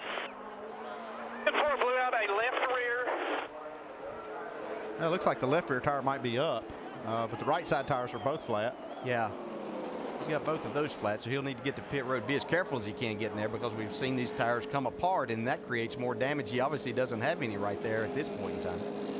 Eric McClure bringing out caution for the 3rd time today on lap 43. There's Eric driving for Bob Jenkins, a Tennessee owner in the fast food business up in Tennessee. We'll show you again what happened to Eric. It looks like he may have had a tire go down and probably got it slowed down a good bit before he had this spin. That's why we didn't see any damage. Eric, the son of Jerry McClure of the famous Morgan McClure Brothers racing team. Over the years that Ernie Irvin and others won with. Adjusting some air pressures now in the pits. Yeah, we see a NASCAR official kind of overseeing this. Maybe the officials are checking to see what these guys really are running for tire pressure. They have minimum tire pressures, but they don't have a maximum. 43 laps in. Remember, 59 laps is halfway. Andy, how often did that happen when you were crew chief? Did they actually come down and monitor your air pressures that often? No, when I was doing it, they didn't. We could run anything we wanted to, but when we started doing some crazy things, that's when NASCAR had to get involved. Yeah, they have to stay on top of these things, and it's going to be an interesting pit sequence here to see who gets tires. We're getting closer to that halfway point, so who's going to get tires or who's just going to get fuel? And people like Tony Stewart that got tires last time, will they opt to leave those on there? If I'm Tony Stewart's crew chief, I'll go ahead and get 4 tires right here because I've seen that car and Tony been able to go straight to the front. I don't think track position is that critical right now, especially. Scott Wimmer, the 29 car, the damaged Richard Childress Chevy, is our lucky dog, the Aaron's Lucky Dog Free Pass Award winner. He will get back on the lead lap, and that will put us now with 34 cars on the lead lap as we are 43 laps in. Under caution for the 3rd time today, the spinning number 24 of Eric McClure brought the yellow out. Tony Stewart, Dale Earnhardt Jr., Jason Leffler, Mike Good Bliss. on whatever. I don't know what everybody else is going to do, but I mean, I'm good doing whatever. If we do put some on, we just put 2. Here they come, 55 miles an hour down pit road, headed toward you. Shannon? Well, Dale Earnhardt Jr. is going to go with only 2 tires and fuel. Pretty happy with the car. The temperature is good right now. Let's go down pit road for the Castrol GTX Pit Triple Pit. And Jason Leffler, top of your screen. In addition to the Sunoco fuel they'll put in this race car, 4 tires and a wedge adjustment, just a little bit tight in race traffic. And Mike Bliss forfeits the 4th position on the racetrack to come down pit road to take 4 Goodyear Eagles and some Sunoco race fuel. He's away. Jamie. And Tony Stewart came in, guys. You wonder what he was going to do? Left sides only. Air pressure adjustment and fuel for the 20. And he's down, guys. That race off of pit road very critical because weather moving in. Stephen Wallace gains 5 spots, comes out behind Tony Stewart as they exit the pits. Back in a moment. Well, let's go for good. A leader falls, but the war rages on. One of the most compelling and powerful episodes of the season on an all-new Lost. Thursday at its new time, 10 Eastern, 9 Central, followed by a new Grey's Anatomy on ABC. Well, got a little intrigue playing out here as we're a half a lap from the restart. We've got some guys shuffling up front their strategy because, Brad. Yes, sir, AB. I tell you what, we got about 14 laps to go before we get to the halfway mark, which could be the checkered flag. So guys now are playing it smart. All these guys are shuffling forward through these pit stops, maybe just getting gas and go, just like the 18 car did. That's going to put him in a position to compete from here on out for those next 13, 14 laps. Remember, Kyle's been hanging around at the back of the field all race long, but because we're coming up on halfway, while he would normally be content to do that for another 40 laps, he's got to do it now in case the rain closes in and the race falls shy of its scheduled distance. So 18 positions picked up on his pit stop by getting fuel only for Kyle Busch. And Doc, he was not the only one to play a little strategy game for track position here. Alan, he was not. We talked about the 66 car getting 2 tires only for Stephen Wallace. Moved him up in position there. Stephen behind Tony Stewart. You saw left side tires on Tony. And as you mentioned, halfway is just 13 laps away. These guys know weather is coming, so it's time to pull the trigger, which is exactly what you're talking about Kyle Busch and company are going to do. Yeah, I think the fact that he just took that fuel and got up there is saying that he's going to go racing from here on. Yeah, strategy's out the window now. It's just about hard racing and getting yourself to the front, and I think that's probably what we'll see him do. It'll be interesting to see how long Dale Jr. wants to go behind Stephen Wallace here, or exactly what happens there. I know he was very comfortable being behind Tony, and I think that's where he would really like to be in this situation at this point in time of the race. You talked about how patient the 20-year-old Stephen Wallace was. He has not led at Talladega. He's led here in ARCA competition a couple of years ago. Led last year 1 lap, came from the back of the pack. How patient will he be here in front of Dale Earnhardt Jr.? He's getting ready to have a little momentum right here. He might be getting ready to take the lead for the first time at Talladega. Yeah, exactly. And I was going to say he's getting ready to get a big push. We'll see how much patience he does have, because it's one thing sitting back in 6th, but now you got a chance to get to the lead. Tony Stewart, Stephen Wallace, Dale Earnhardt Jr. Talking about 2 guys to learn from in terms of drafting. I know he learned a lot from his dad, Rusty, but here he's got a champion, 2-time champion in front of him, and a 6-time Talladega winner right behind him. And we see Reed Sorensen in this 22 car. This is the first time we've seen him up front. He's been working hard back there in the draft, but it's the first time we've seen him up in the front group. 22 car, Reed Sorensen, his first start of the year, driving for Armando Fitz. Big sponsor announcement for that team yesterday for 6 events here in nationwide competition. Boy, what would a good top 5 mean for the 22 car? Well, they could use it right now for sure. And Reed had a great run at the Daytona 500 in the Sprint Cup race, so he obviously understands the draft and getting himself into position. If you just joined our coverage, it is a 117-lap race. Now, rain is on the way, we are being told. And the NASCAR rules are this. You got to go to halfway +1. Halfway being lap 59 or 58, 59. So that's once you get to halfway, you're okay. Mike Bliss on pit road. It's like they're changing right side tires. Maybe had a problem with, I don't know, loose lug nuts. You'd have to wonder why they would be coming right back down pit road right after making pit stop. It's be a costly mistake, whatever it is. Yeah, it's unfortunate. You know, we've talked about him being up front earlier and had a great run going. So he'll have to hope that we're going to have a caution flag at some point in time because he's going to get a lap down. Mike, update us on what happened with Mike Bliss. Well, I got to tell you that Andy is pretty keen in his observation, thinking it was a loose lug nut, but it wasn't exactly a loose lug nut. They thought it was a loose rear wheel on that right side. That's why they stopped, guys. Mike Bliss trying to get up to speed and doesn't have a lot of help there when it's awfully lonely on a big racetrack when you don't have anybody to pull from that draft. It's very lonely because you can't, when you're running by yourself, you're probably 4 or 5 miles an hour slower than these guys that are going to be coming behind you. Oh, yeah, they're just going to get to you in a hurry. As we see Dale Jr., we're wondering how long he would be patient, but he got a push from the 22 and has gone to the front of the pack right now. He is still getting a push through the corner. These guys are absolutely locked up. That's what I call draft lock right there. That's Reed Sorensen right behind him in the 22 car. And look at the crowd on their feet. This is the unofficial capital of the Junior Nation, Talladega, Alabama. They love the Earnhardt family here and listen to him as he comes by as the leader. Years ago when I was Earnhardt Senior's crew chief, we didn't have sometimes these monitors like these guys have now. They could see what's going on the track. We could tell when Senior took the lead just by the roar of the crowd. You heard it right there. That might be the only scenario that these people wouldn't mind it raining here at halfway. You know, they want to see a full race, but if Junior's out front, I think they would be happy. Dale Earnhardt Jr. said this week he loves coming to Talladega. It's what he calls Alabama Mardi Gras. Everyone has a good time. The campgrounds, the infield, the racetrack. He said, and on top of it all, we get on the track and put on one heck of a show. Yeah, these guys are well aware of the weather. We can see them now. You know, it's not a 40-car pack, but we have over 20 cars in this pack right now. We see Stephen Wallace hanging with Tony Stewart and trying to work himself back in a good position as they try to get back to the front. Well, we see this 5-car of Dale Earnhardt Jr. You see how he's using that rear view mirror. He's using that mirror to see which line's coming. He saw that momentum coming from the 20 car, and now you see him taking the lead here. You got more on the 5-car, Shannon? Yeah, we're talking about his crew chief, Chad Walters, certainly someone who was very happy to see that number 5 car get to the front of the pack.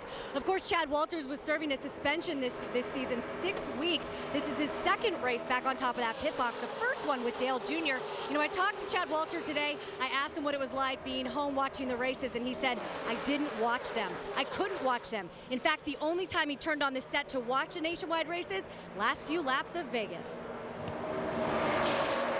Good to have Chad back on the pit box. Dale Earnhardt Jr., by the way, that is a JR Motorsports car he owns. Hendrick Motorsports engine. Behind him, Tony Stewart. Joe Gibbs engine. Behind him, Stephen Wallace. Those are Earnhardt Childress engines, so real strong engines up front from 3 different manufacturers. Andy made a great point just a minute ago about Dale Earnhardt Jr. moving up and using the draft. We always talk about using the draft from behind a car. You have to use it all over the place. You have to be ready to take that air wherever you can get it, and making that block and getting that push from behind is what kept him out front. Otherwise, they would have gone right past him as they were drafting behind him. So you not only have to know how to suck up and bump draft a car, you have to know when they're coming, how fast they're coming, and how much of a chance you can take at blocking them. And like you said, it is risky. I mean, if you put yourself in front of a guy that's got some momentum, you want to use that push, but it's risky. That guy could get into the back of you and turn you around. Dale Earnhardt Jr. has not won in NASCAR nationwide competition since August of 2006 at Michigan. Could he get it done at Talladega? Earnhardt Jr. hanging on. Back with more after these messages and a word from our ABC station.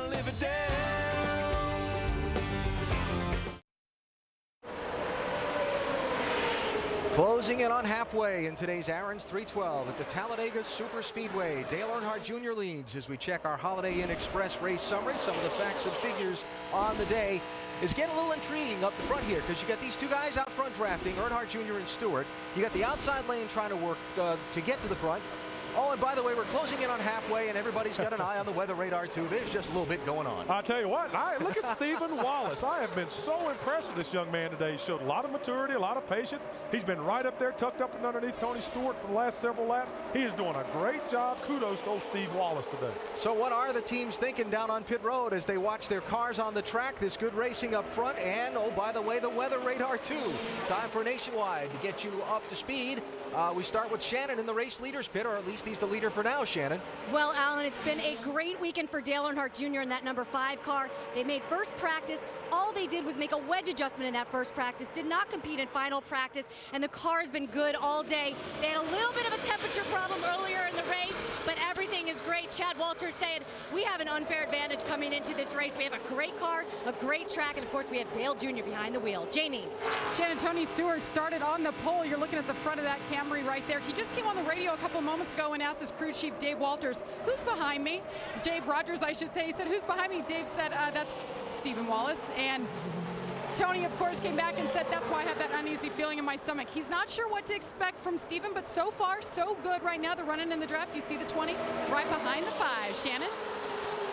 Well, Jamie, Stephen Wallace, what a great run for the number 66 car. I spoke with Stephen earlier today. He told me he learned a lot about this race, about drafting from Daytona. He said in that race, he opted to stay in the back, hang back, and wait to make his move. And he said, you know what? I got in a wreck. So today his plan was to make it up front, take that coveted real estate at the front of the pack, and that's exactly what he's done. Dave. The 7 car of Mike Wallace earlier dropped back, Mike saying to his crew, you know, it's too early for me to show how brave I am. He's back up to the front now, and he's working very hard to keep that position toward the end of this race, because remember, he knows what to do in a big draft situation like this, peeking his nose out right now, trying to keep that car cool. That's been the same for the 64 of David Stremme right behind him, that white hooded car. That car has been running hot throughout the day. They took some tape off on one of their stops. Otherwise, pretty solid performance right now for Stremme, waiting to the end of this race to show what he can do. Mike?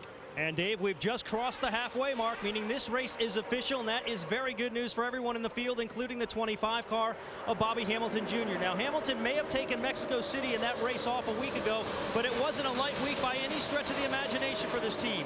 They went to the chassis dyno, the K-rig, and the wind tunnel. All of that testing is paying off here today as they're running very, very strong. Dave?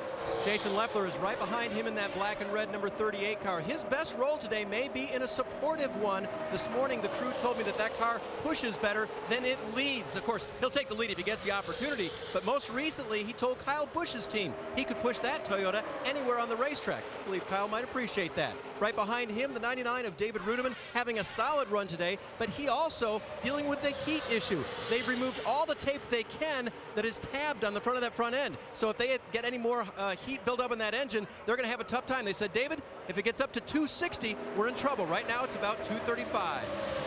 Patrick Carpentier right behind him. I talked to Patrick before he got in the car today. This is his first start here in the Nationwide Series, and I said, so what do you think? He said, you know, I've been watching races on DVDs. It looks like so much fun, and it is. He said running these Nationwide cars are more fun than the Cup cars here at Talladega. Hey, he's having a great time, and it's showing. Guys running top 10 so far about the last 15 laps. That's Patrick Carpentier.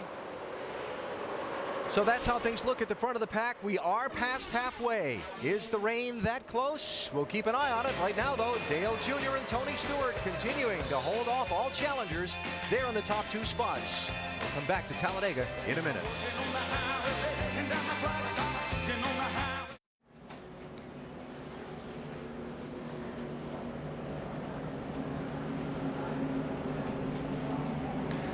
Under caution at Talladega here, where drafting is the order of the day at speeds of 185 to 90 miles an hour. A moment ago, the 6 car of David Reagan spun off of turn 2. And something you rarely see at Talladega was a single car crash. David Reagan having some damage, but able to make it back to pit road to bring out caution. And number 4, there is the car behind him, Reed Sorensen, the 22. And that's why you don't bump draft in the corner. You see he had some contact there with Reed Sorensen, the 22 car into the 6. Spin him right around. Reagan headed down the pit road. Let's go down to Shannon. Yeah, Dale Jr.'s crew chief Chad Walters said, guys, I don't think it's going to rain. So they're going to come down and get some gas. Some problems on pit road for Dale Jr., guys. Dave. Bunch of 2-tire stops. The main thing for Jason Leffler was up to 250 on the temperature. They've got to remove tape on that front. They get it. Oh, there's a tire getting away in front of Leffler. They've got to put it back before he leaves the box. Mike. Brad Keselowski already away. A very clean pit stop for him. 4-tire change on the 88. And Tony Stewart, fuel only. He was down and away in about 9.5 seconds. Guys, no changes. Tony Stewart is your leader. Race off of pit road. Kenny Wallace gains 5 spots. Back 3 for Stephen Wallace. Well, we are past the halfway, and thus far the rains have held off. We'll come back with a green at Talladega in a moment.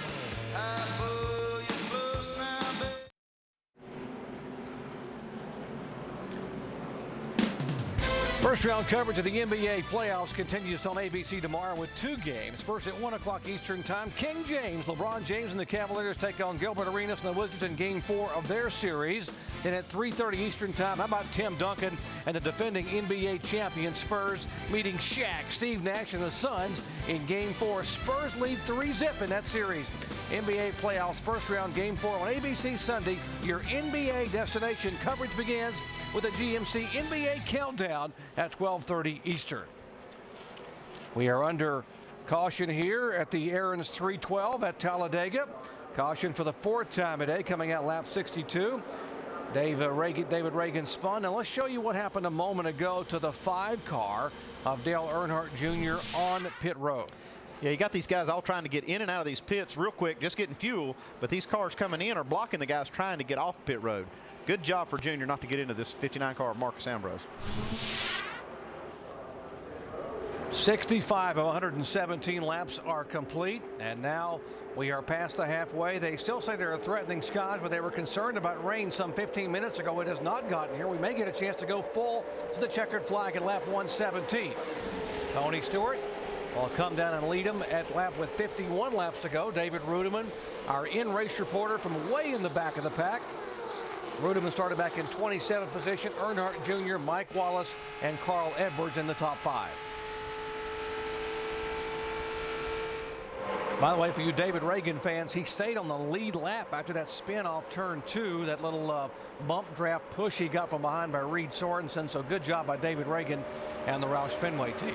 And not getting a lot of damage, he might be able to still salvage a good finish out of this. Yeah, Junior didn't waste much time getting his car up to speed there and getting by David Rudiman and getting himself back in that 2nd position right behind Tony Stewart, where they've run much of the day. But Rudiman was able to get back in line too, just in front of Mike Wallace to stay in line and not get shuffled back. Speaking of Tony Stewart, he has been in the news most of the week regarding what may happen to him in the future. He's got a year left on his Joe Gibbs contract through 2009, but a lot of discussion about what Tony might do. And in fact, he was asking, I guess he's had a pocket full of business cards all week.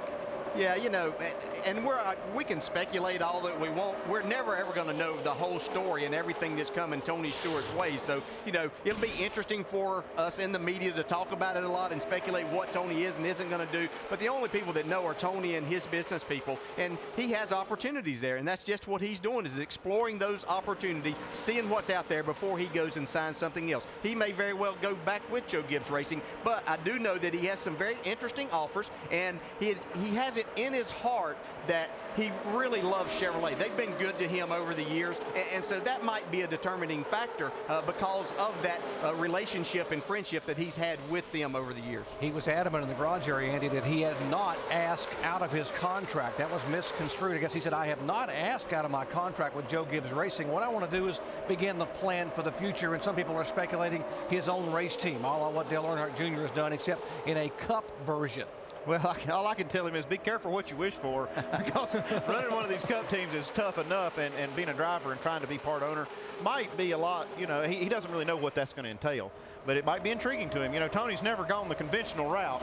And, you know, what opens up these opportunities for Tony Stewart is just what we're seeing right here. It's his own track performance. He's such a great race car driver, wins a lot of races, and, you know, he can do anything he wants to, really. You said it exactly there. Whatever he wants to do is what somebody will do for him. You know, every driver, I mean, every owner out there would look to put Tony Stewart in their race car if that could work, if that's what he wanted to do. But Tony may opt. You know, he owns other race teams and other forms of motorsports. He likes challenges and new challenges, and we'll just have to see where this takes him.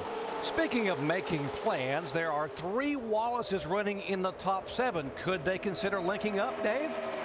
You know, if we had Mike Wallace in the draft earlier today, that little mock draft we did, who might he have chosen? Listen to his radio. Yeah, with that 64 and 66, we can lead this race, and we can all win this race if they'll help. But we'll all help each other there. Poor Carl, go to their spotters up there, okay? I'll go to their crew chief right next to me. Just follow in a row. That's all we're going to finish here.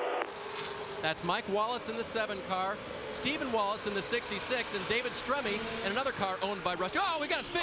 It's a tap from Wallace. Right behind you. Oh, the big one in turn 1, heavy contact, cars in the wall. Stephen Wallace heavily damaged. There comes Kyle Krisiloff down. David Rudiman involved. Oh, heavy damage on Stephen Wallace's Chevy. He was having such a great run. And Kyle Busch has damage on the right front of his Toyota. Kyle Busch continues to have problems finishing this race. He tried a different strategy, but he's still caught up in this race. Ripped off. He's checking on pit road first, probably. Yeah, Rudiman has a lot of damage with his Toyota. You see Kyle Busch coming in behind him, so he will not make it 4 in a row here. But, you know, there again, we talked about this. We set it up from the beginning. It's Carl Edwards' car. Edwards. We saw Carl Edwards with his hand out the windows. They were coming by us here, headed to turn 1. He was waving. There's a 21 car, Stephen Light. Kenny Wallace in the 28 car as Stephen Light gets the Childress car fired, tries to pull it away. See the intensity level coming up on these guys. We saw Mike Wallace look like he was going below David Rudiman right here, but they ran up on a slower car. Wow. Right. Man. That's Kevin LePage's 61 that Carl Edwards went up across the back of. And then it all broke loose behind him. Car slipping and sliding. Kelly Byers involved. Brad Keselowski, watch again. Oh, you see what happened here. This 61 was not up to speed, and it's almost like you know, these guys moved over and didn't see him. Had no idea that he was coming out. You know, they did. I'm sure that the spotters up there saw him on the apron. They weren't expecting him to come and join back right in front of the leaders. That's just a very unfortunate situation and a mistake on Kevin's part and his spotter. You know, quite honestly, somebody's got to be telling him, and he has to know that these leaders are coming, because he just messed up a lot of cars and drivers' chances. That's the reason that NASCAR has the rule that you have to keep all 4 tires below that yellow line before you get to turn 1. We saw Clint Boyer get penalized for running his car up on the racetrack, and that's the reason, because you can cause a wreck. That was a bad wreck right there, caused by a big mistake. Carl Edwards, thankfully, with that hard impact, able to walk away from his car, reigning Nationwide Series champion. And Stephen Wallace climbing out of his heavily damaged Chevrolet after such a great run. Kelly Byers in the 47 car. He has climbed out and away. There is Carl. NASCAR requires that any driver that has any kind of contact on the track goes directly to the care center. That's a good rule, because you never know. You want to be going and be checked out. Well, this is the one we talked about, the big one at Talladega. On board with leave room for 2 there.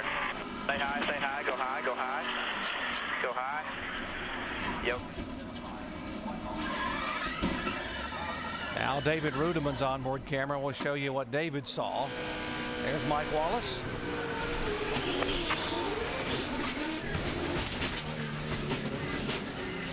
Hold up there, hold up there, hold up there, hold up there. Lap car just wrecked the whole field, Derek.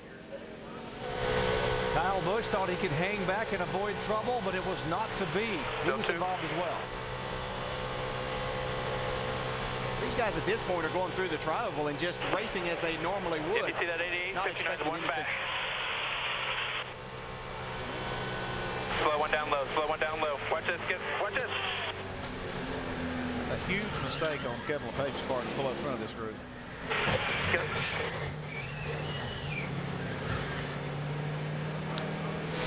33 car, Cale Gale, driving for Kevin and Delana Harvey. Back it down, back it down, back it down, back it down, back it down, back it down, come on down, come on down. Kid from Mobile, Alabama, coming home to drive on his home racetrack in a nationwide car for the first time. He was involved. Again, the 61 car. Now, what's Carl Edwards?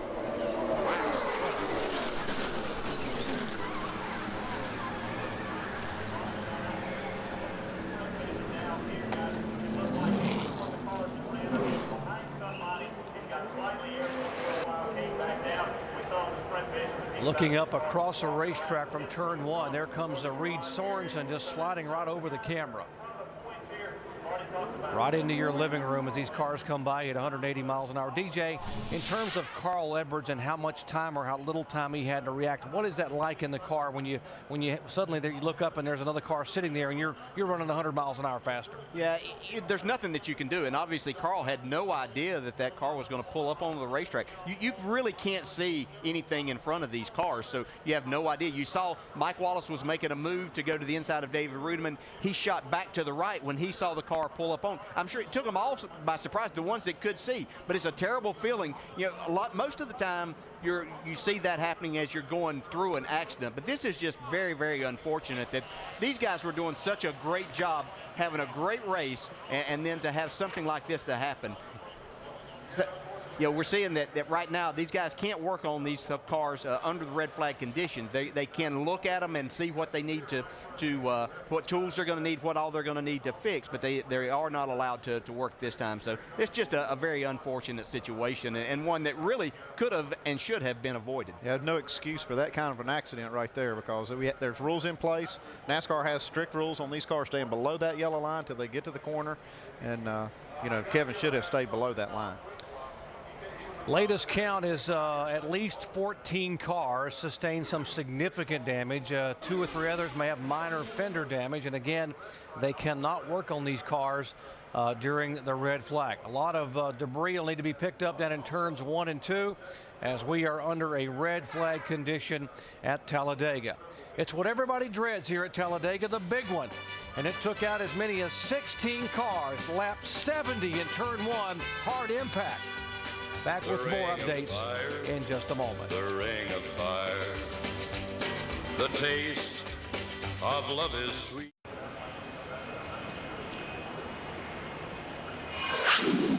Back at Talladega, well, a leader falls, but the war rages on. One of the most compelling and powerful episodes of the season on an all-new Lost Thursday at its new time, 10 Eastern, 9 Central, followed by a new Grey's Anatomy.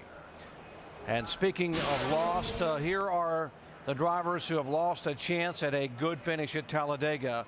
Those are the cars involved, and some of them had a good chance possibly of picking up a win today. Many of these drivers in the points. These are 4 or 5 of the top 10 in the NASCAR Nationwide Series points that have now headed back to the garage area with heavily damaged cars. This is the 5th caution flag of the day. Now let's show you what happened on lap number 11. It began in turn 3.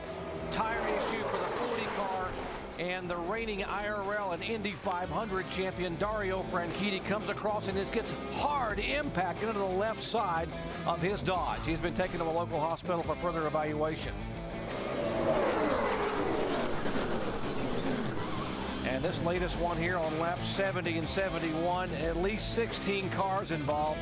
The 61 car of Kevin LePage down on the inside, and the lead draft comes by. And hard impact by Carl Edwards and others as the cars have now been red flagged and pulled to arrest here on the racetrack. Well, for more on safety and why these drivers can walk away by and large from these kind of impacts, let's go down to our ESPN Dish Tech Center and hear from Tim Brewer. Thanks, Jerry. Folks, we're going to show you a lot of different things in the Dish Tech Center. What we have, this net contains all this equipment right around the driver's head. What we also have here is a nice light helmet. You know, Bill Simpson, he does a phenomenal job with working with technology to make this helmet lighter, because if the helmet's lighter, it's going to keep the head of the driver in place.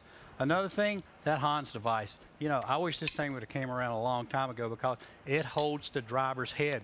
You know, it doesn't let it have serious injury to the neck, the spine area. But this helmet weighs less than about a pound, and that's good innovations. But when we come back, if we keep this driver contained right here in this cocoon with the fireproof system as far as the uniform's concerned, the belts are properly affixed, you got padding on both sides of the legs. You know, we do everything we can to, you know, improve safety for these drivers. And it's one of these deals to where the guys are our friends, they do a great job, and, you know, we even like these guys. Right, DJ? Yeah, you're exactly right, Tim. We've done a lot of things over the past few years that have really helped us out. But one of the guys that was involved in that accident and was up in the points in second place is now with Shannon. Hey guys, we're down here with Carl Edwards, who's come out of the Infield Care Center. He's actually waiting to see the replay of the wreck. So there was no indication that the 61 was coming off a pit road or coming back onto the track. Look, I don't even know what color a car was hit. I just want to make sure that I don't make some sort of stupid statement, but before I see a replay. But in my mind, unless it shows otherwise, it just looked like somebody. I think it was a 61, Kevin LePage. I think he just pulled up right in front of the field. I don't know. It's too bad the Save-A-Lot guys were all here, and last time we had a great race car. We wrecked in Vegas. Here it is. Yeah. So I'm driving along, minding my own business, and good afternoon.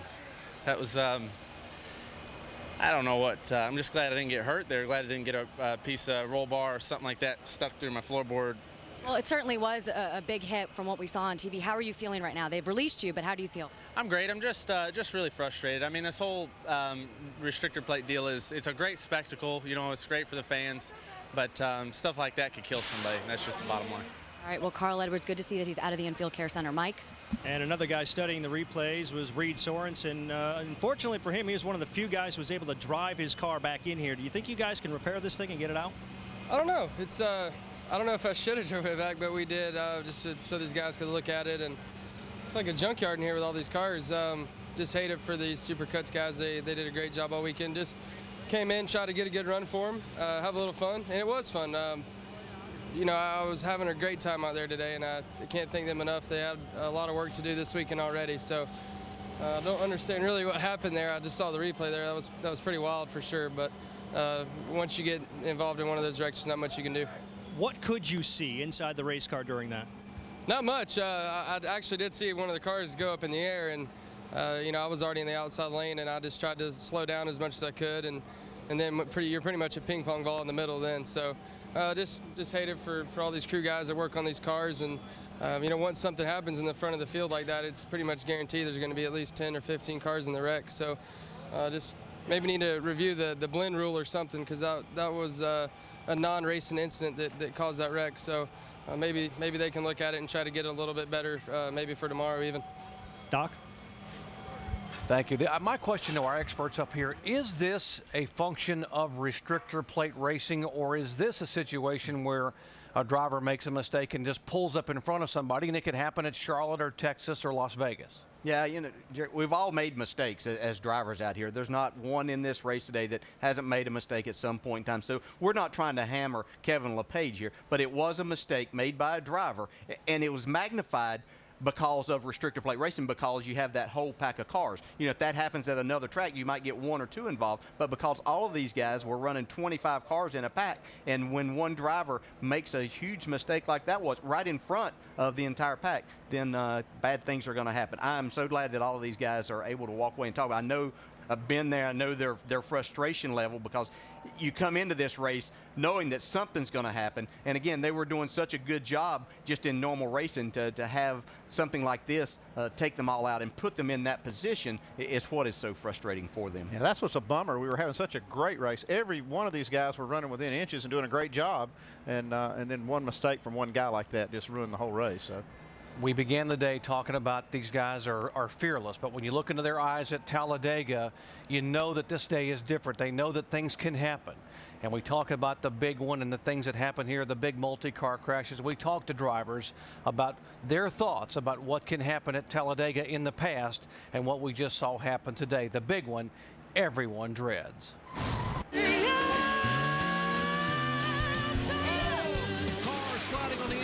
2, 3, 4, 5 cars now sliding. Literally, you could be right in the middle of the whole thing and be fine, or you could be nowhere near the wreck and somehow you get caught up in it. It's so intense, and you can't do anything about it. Whoa, trouble. The 2-car upside down, over and on to Scott Riggs. When you start crashing, then you realize how fast you're going, because it takes forever to stop. Sweet home Talladega.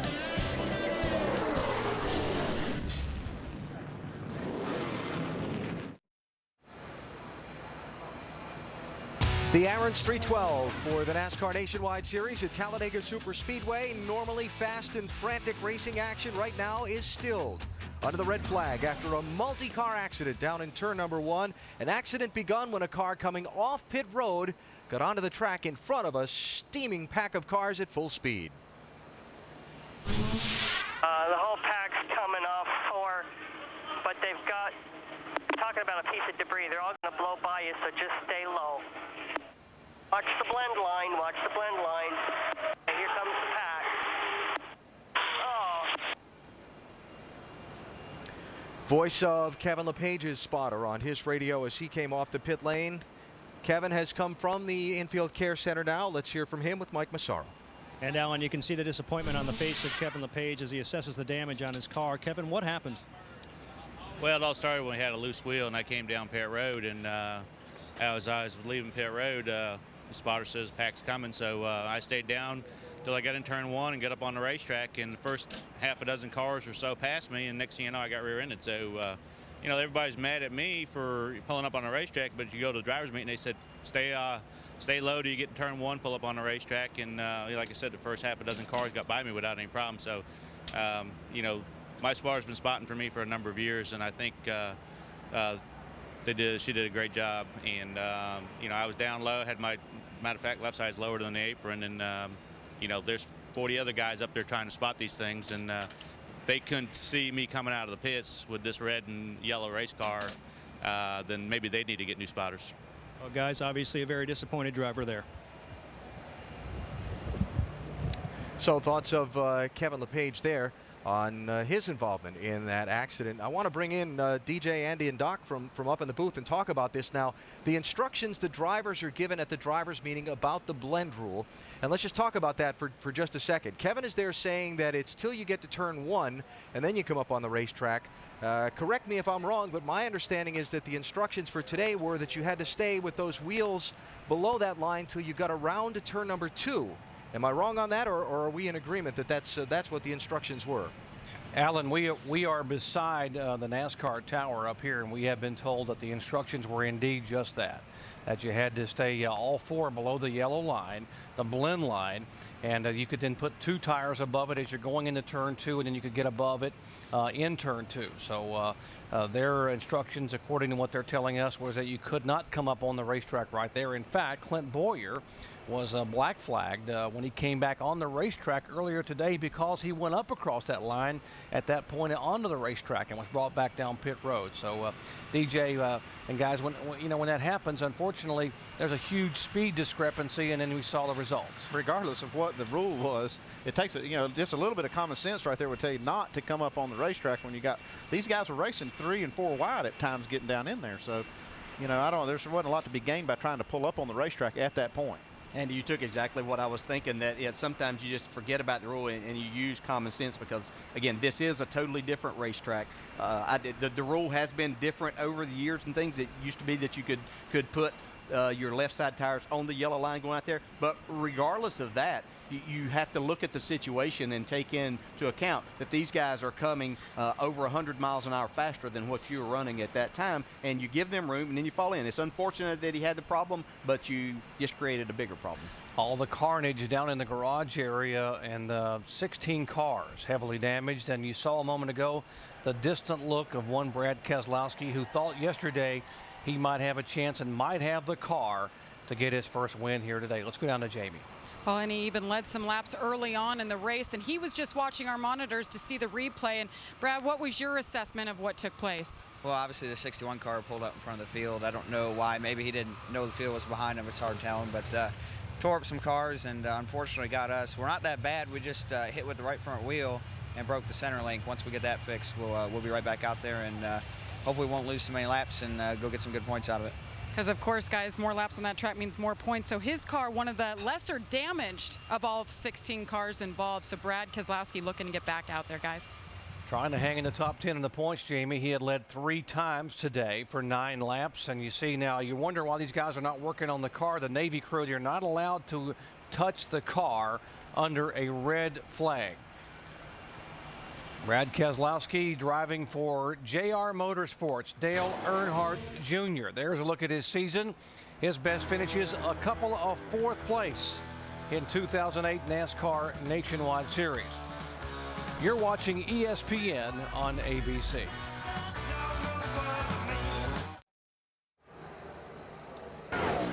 They finish up the cleanup here at Talladega, and we take a minute to look ahead to the next race for the Nationwide Series. Friday night at Richmond International Raceway. They call it the action track. There's plenty of action there. It's a little different than you see here at Talladega.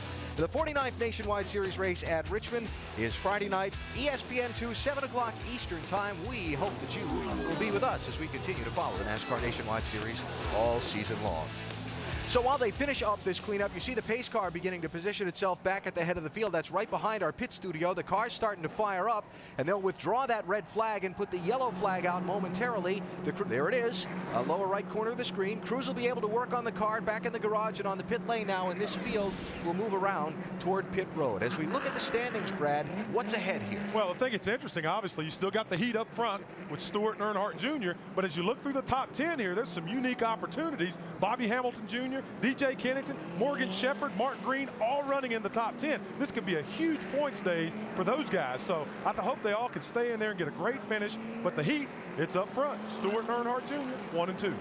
And as those teams whose cars were damaged in the melee begin to work on their machines, I want to talk about Stewart and Earnhardt Jr. It seemed like the one of those 2 guys that's gotten out in front, the other guy hasn't been able to get by so far. Remember, Earnhardt Jr. led until the last pit stop. Stewart got out ahead of him when Earnhardt Jr. got blocked in on pit road. Earnhardt Jr. hasn't passed him yet. They've still got another set of pit stops that most likely will come here under this yellow flag. And whoever comes off pit road here, that could be really important. Well, I'm going to tell you what, I stepped outside a second ago, and that number 5 car, that Earnhardt Jr. car, that thing is hauling the heat, baby. It sounds like a freight train by itself out there in the air. I think that 20 car is going to have his hands full when we get down to cutting time. Well, Doc, DJ, Andy, got another pit stop to come and about 46 laps of racing to go between those 2, at least those 2. Lots yet to happen here at Talladega, guys. And as you mentioned, 8 of the top 10 drivers in the NASCAR Nationwide Series points involved with that crash. That's going to jumble the points, but we're talking about the race here. And as you mentioned, Dale Earnhardt Jr., in fact, I give a call to 66-year-old Morgan Shepherd. Now, yes, folks, I said 66-year-old. 15-time winner in this series, and Morgan driving his 221st career start. There's Morgan. Doesn't have a sponsor. He uses his racing to profess his faith, and he is having a great run today in that Dodge Charger.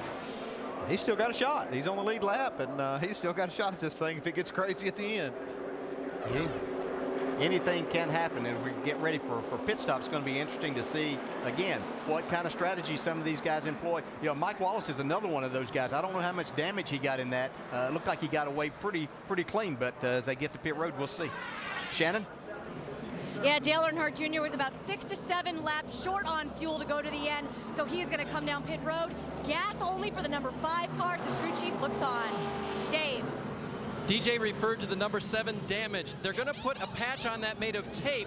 They also asked Mike to keep the wheels as straight as possible so we can see how hard we have to bend that fender to clear it. Jamie?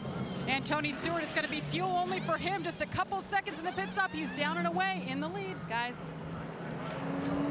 Great race off of pit road. They say they can go 45 to 46 laps. There are 46 laps to go. Make it 45 now.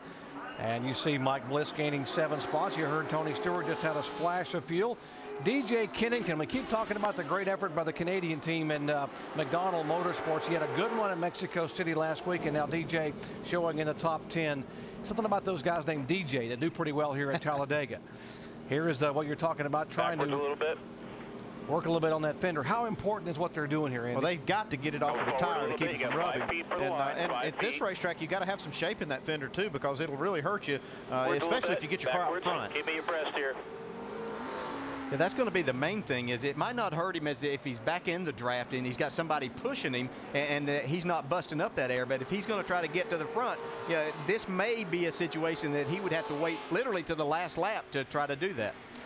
Kyle Busch coming back on the pit road. He was black flagged a moment ago for too fast on exit. Hard to believe that car there could go too fast because the front end is pretty much bent in and opened like a giant can opener. He is being shown a lap down, or was being shown a lap down in the 17th position. Yeah, as much success as Kyle Busch has had over these last 3 weeks in particular, and all year really, but in this series, it's really difficult to sit there in that season knowing that your chance at winning another race, when you're on a roll like that, you just want it to keep going. You know it's going to come to an end sometime, but that chance has been taken away from him today. Kyle Busch was looking to make a mark by becoming just the second driver in series history to win 4 races in a row. The only other one to do it was Sam Ard back in 1983, and ironically that was 2 years before Kyle Busch was born. See these guys using this Bear Bond. It's just like super tape they put on here. It really sticks these panels together and keeps them from blowing off of there.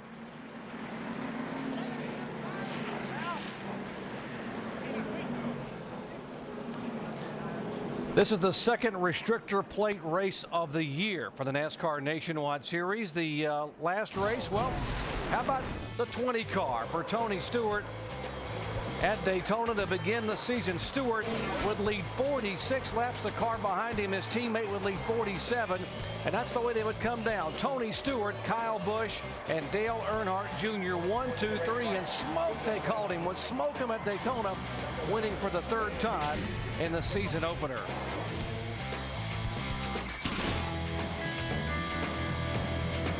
Take a look at his career restrictor plate races. You see there, second, first non-DNF in 5 races here. He has come, last year was the first time he had finished a race here at Talladega in the NASCAR Nationwide Series. And in fact, in 23 races here at this racetrack, Tony Stewart has never won at Talladega. He's finished second a total of 7 times.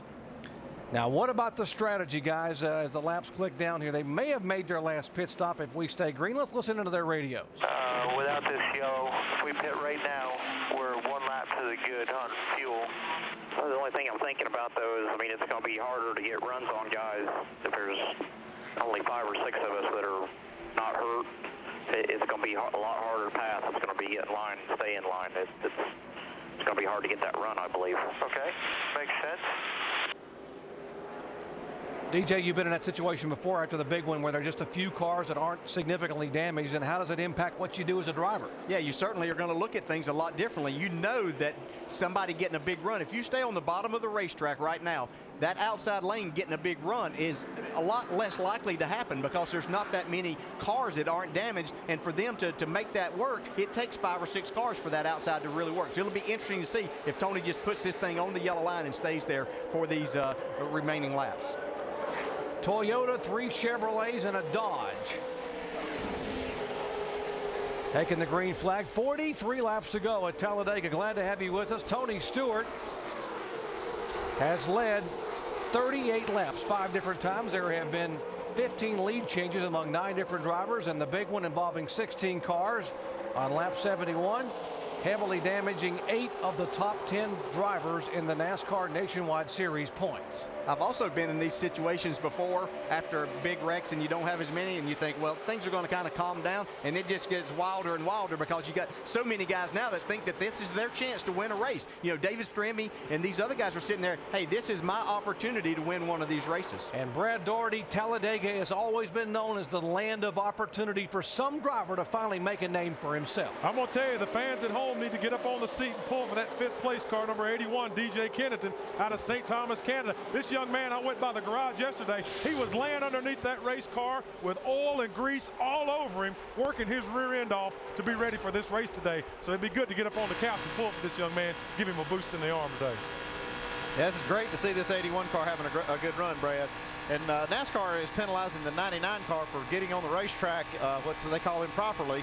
They're really watching that now after we saw that last big wreck.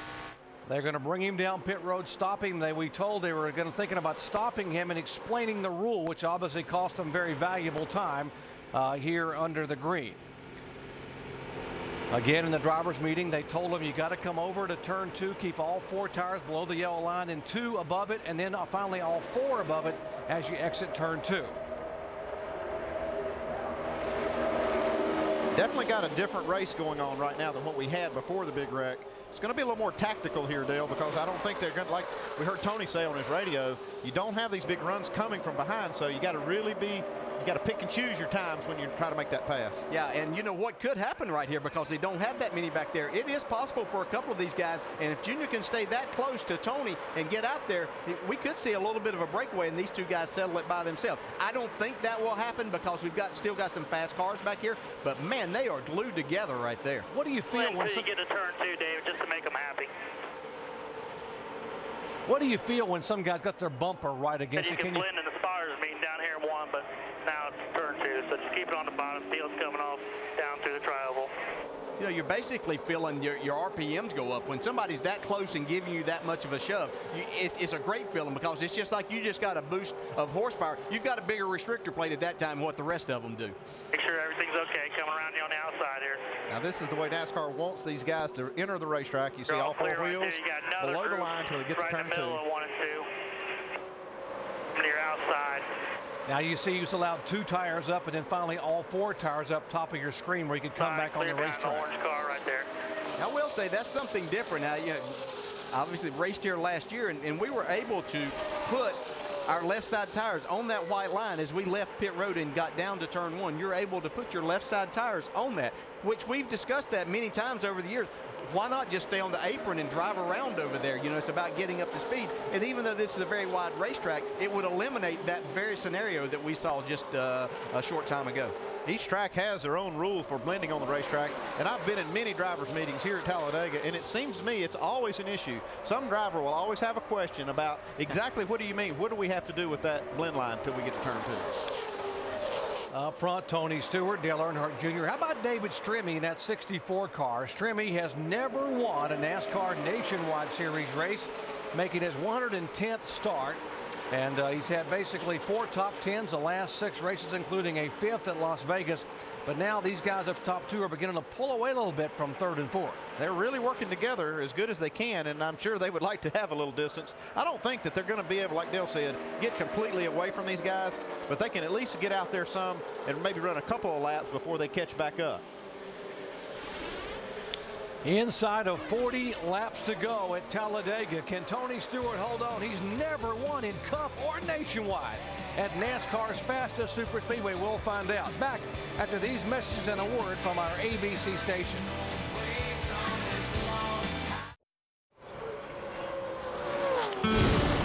ABC's month of Harry Potter movies ends tonight with the network premiere of Harry Potter and the Goblet of Fire. See it tonight, 8 o'clock Eastern Time, 7 Central on ABC.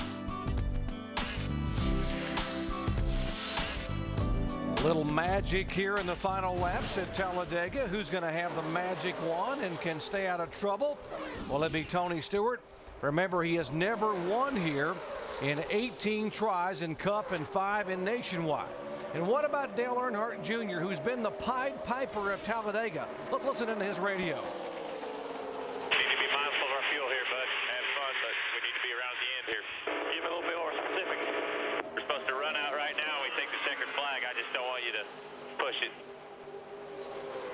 Little strategy there with the 5 car. Andy, your thoughts? Yeah, that's Chad Walter, the crew chief. He's just telling Junior that even though right now it doesn't really matter, it's 34 laps to go, he can actually save some fuel real easily right here. And even though he says that they're scheduled to run out of checker flag, let's just be a little bit safe and save a little bit of fuel.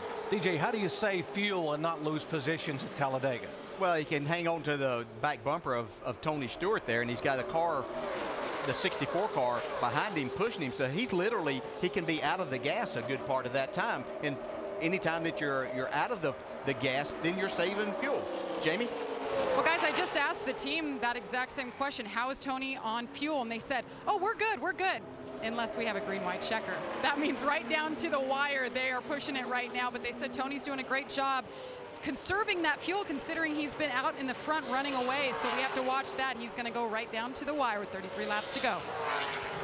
Thank you, Jamie. You just saw Mike Wallace in the 7 car pull out and not have much help, and there he will lose about 4 or 5 positions. By the way, you Kyle Busch fans and the fans of Cale Gale, NASCAR has sent both of those cars to the garage area for good because they came out of the garage, were not up to speed enough, Andy, and they'll give them, I think, 1 attempt to come out and get up to speed, and if you're not, they black flag you to keep you from being in the way on the racetrack. 33 Cale Gale, we're being told, will be black flag when he comes by.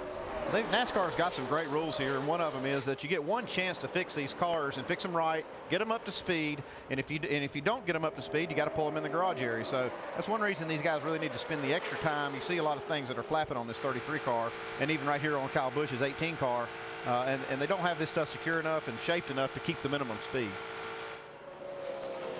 You know, we've just been told that they're bringing Jason Keller back to pit road because he blended wrong. It's going to be interesting to hear the drivers that were brought back, what their interpretation was versus what maybe NASCAR did say. I'm sure tomorrow's drivers meeting they're going to have a lot more discussion about exactly what is the rule, but there seems to be some confusion there as to exactly how these drivers are supposed to blend back onto the racetrack today. I think that's what NASCAR's doing right now, is trying to show these guys this is how we want you to do it, and if you don't do it right, we're going to bring you back in.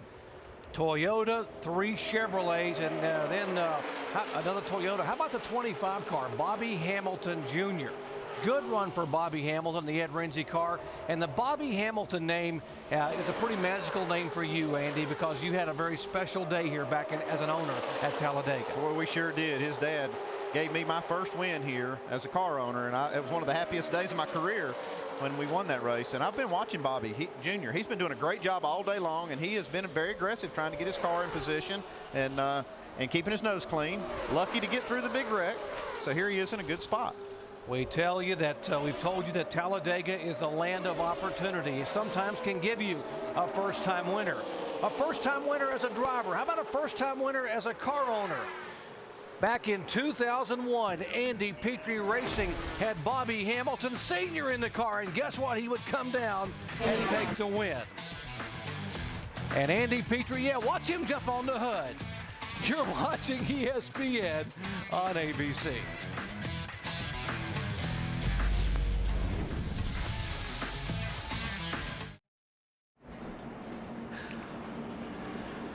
Welcome back to the Aaron's 312 at Talladega. And yes, once again, we are under a yellow flag. 6 caution flag today. We've been under caution 6 times for 19 laps, and the latest one involved 3 drivers. Now watch the 81 car of Canadian DJ Kennington entering turn 1. It looks like he's got a soft right rear tire and doesn't really affect the car when it's going straight. But as soon as he turned in the corner, you can see it just spun around on him. And there goes his opportunity for a good finish. 27 Brad Coleman spins and does avoid much contact. Did a great job, DJ. In the 05, of course, Brett Rowe had nowhere to go.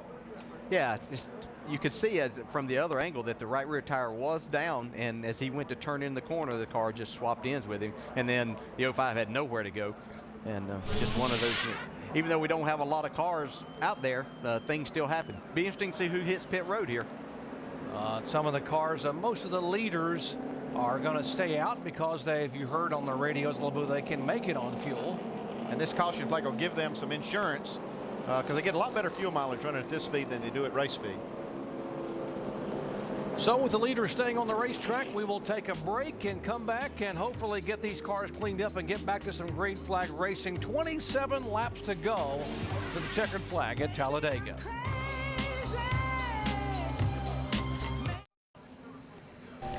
As we continue under the caution flag at Talladega, I want to look back at the day of Clint Boyer, the championship leader starting the day, got clipped when Dario Franchitti had a tire go down and spun earlier in the race at lap 10. Damage to the right side of this car. So the crew goes to the garage, spends about 22 laps making repairs to the machine. Why do they spend time in the garage working on those cars and bring them back out? Well, because of stuff like this. Absolutely. The accidents continue to happen. We're going to have cautions. We're going to have more people keep going out of the race. So if they can get those cars repaired, get back on the racetrack and pass it gives them opportunity to gain positions on the guys who have to come in during the cautions that are subsequent after the next series of events. So you got to keep racing all day. In about 3 more laps, Clint Boyer is going to begin to pass in the standings on the racetrack all of the guys who are in the garage now and not coming back. That's about 3 points per position. Remember, he only led Carl Edwards by 9 starting the day, so he's going to start to pick up spots, and Edwards' car is out of the race. So Clint could gain as many as about 30 points on these guys who are not making repairs by the end of the day. We will come back to Talladega Superspeedway for the final 26 laps of the Aaron's 312 in just a minute.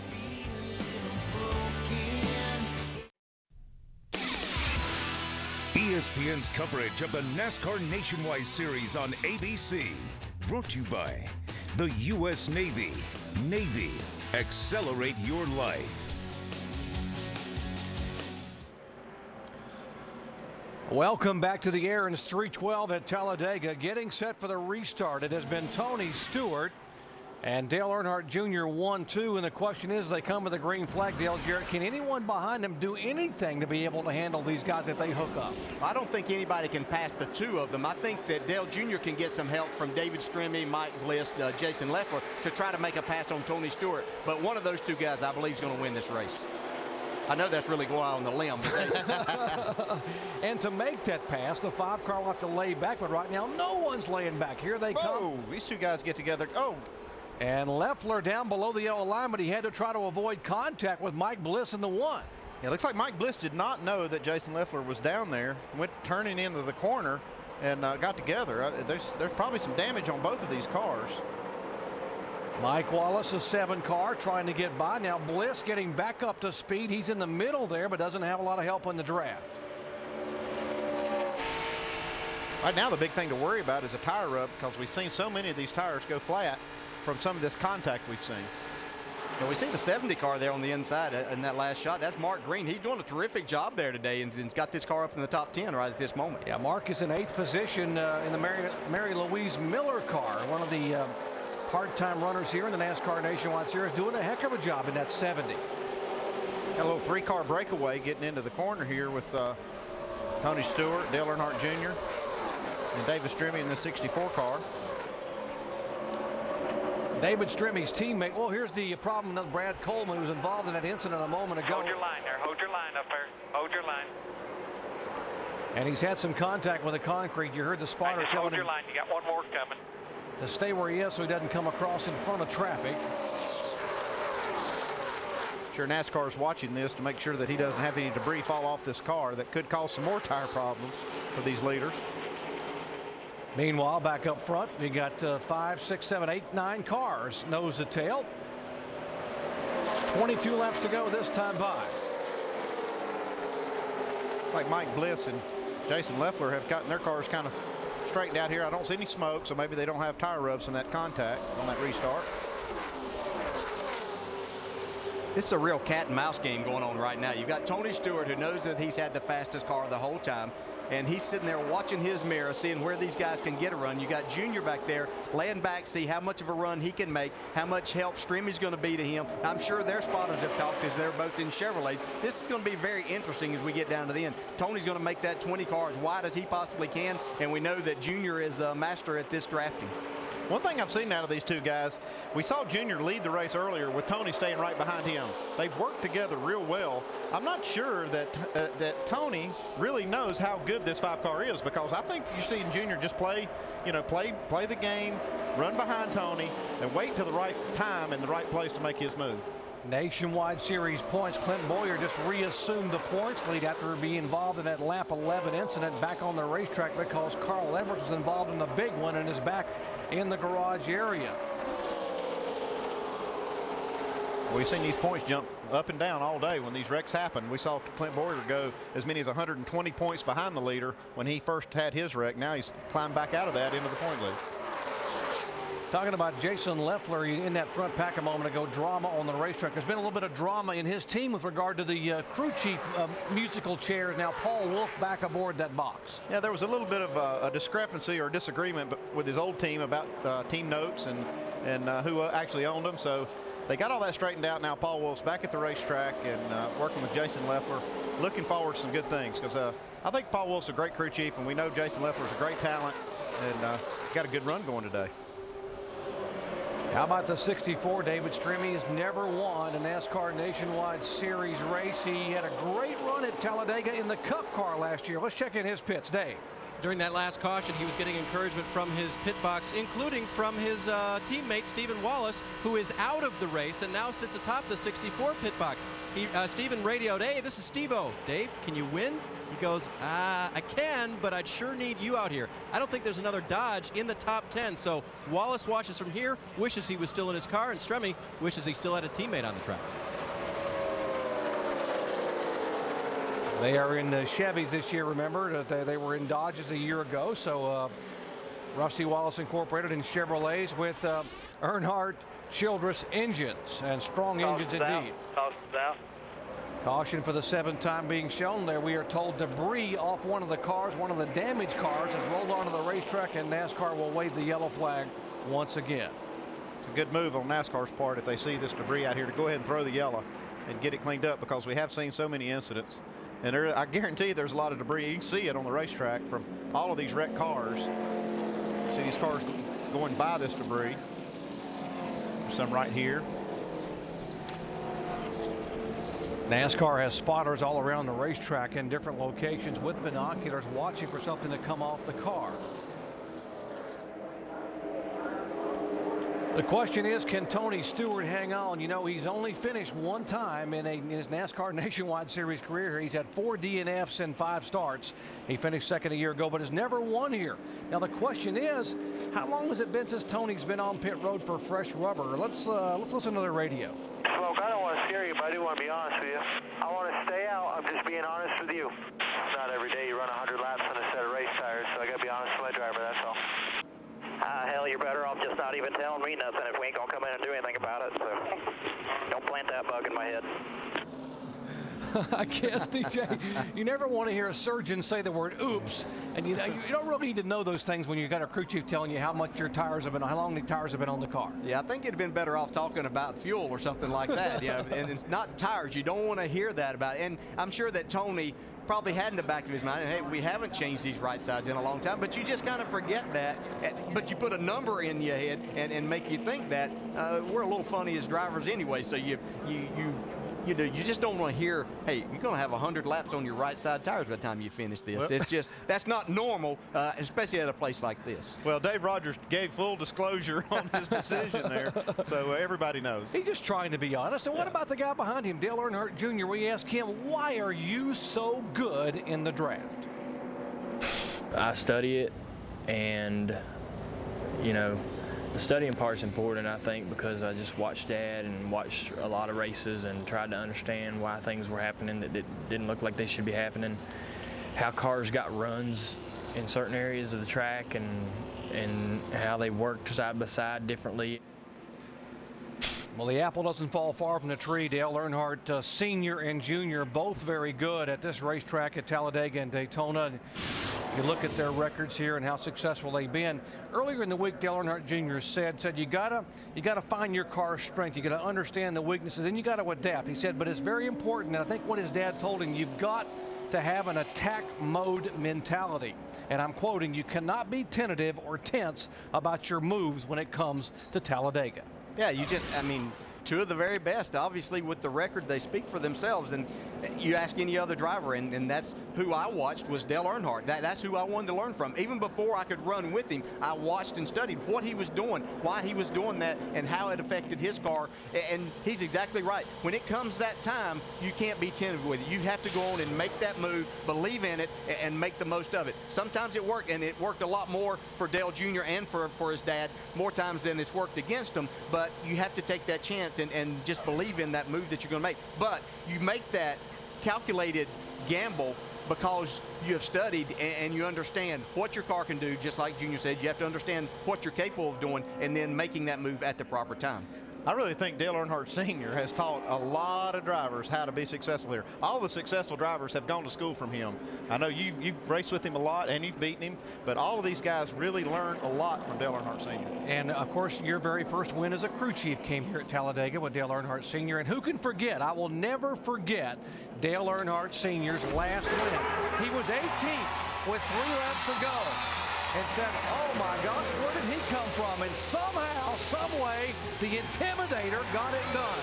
Dale Earnhardt Sr.'s final trip to victory lane right here at Talladega in the fall of 2000.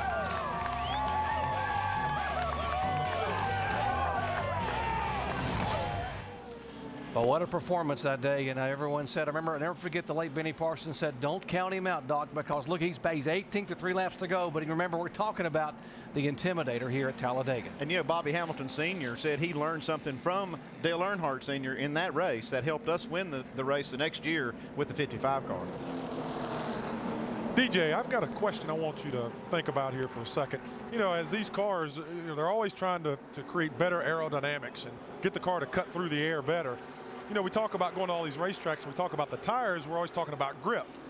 It would seem to me as these cars lose grip over a long run that they may even run faster because there's no friction holding the car to the racetrack. Is that true, or is that just too way out in left field? No, you're dead on it, Brad. That's exactly right. As the air builds up in these tires and you actually lose some of that grip, especially now since this racetrack itself has so much grip because of the repaving, these cars do get faster as they go on, and that pressure builds up. Andy was talking earlier about the lot of air pressure that some of these teams were running. That's exactly what happens. A lot of times here qualifying, we won't even qualify on what we call sticker tires, a brand new tire, because they have too much grip. We will have put some laps on them. I've actually qualified extremely well here before, and I had 10, 12 laps on a set of tires, and that's unheard of when you go somewhere else. But you were right on the mark there.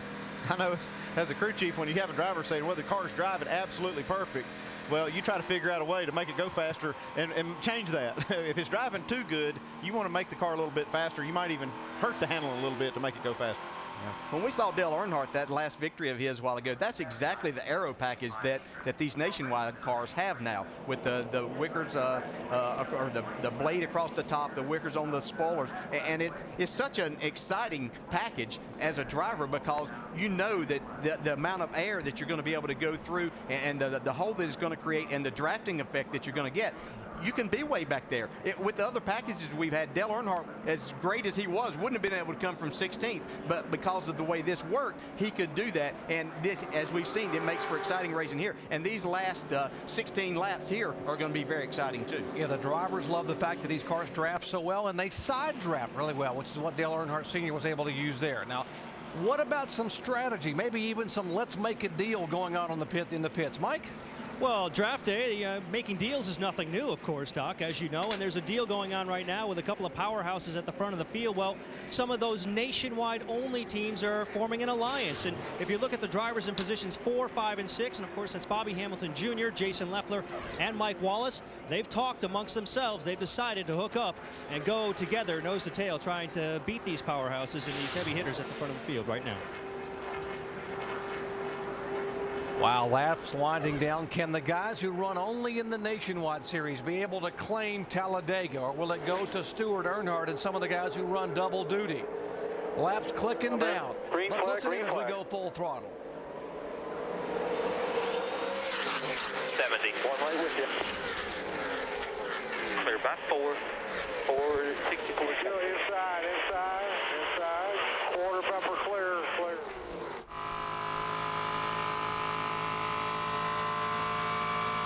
Everybody single file still.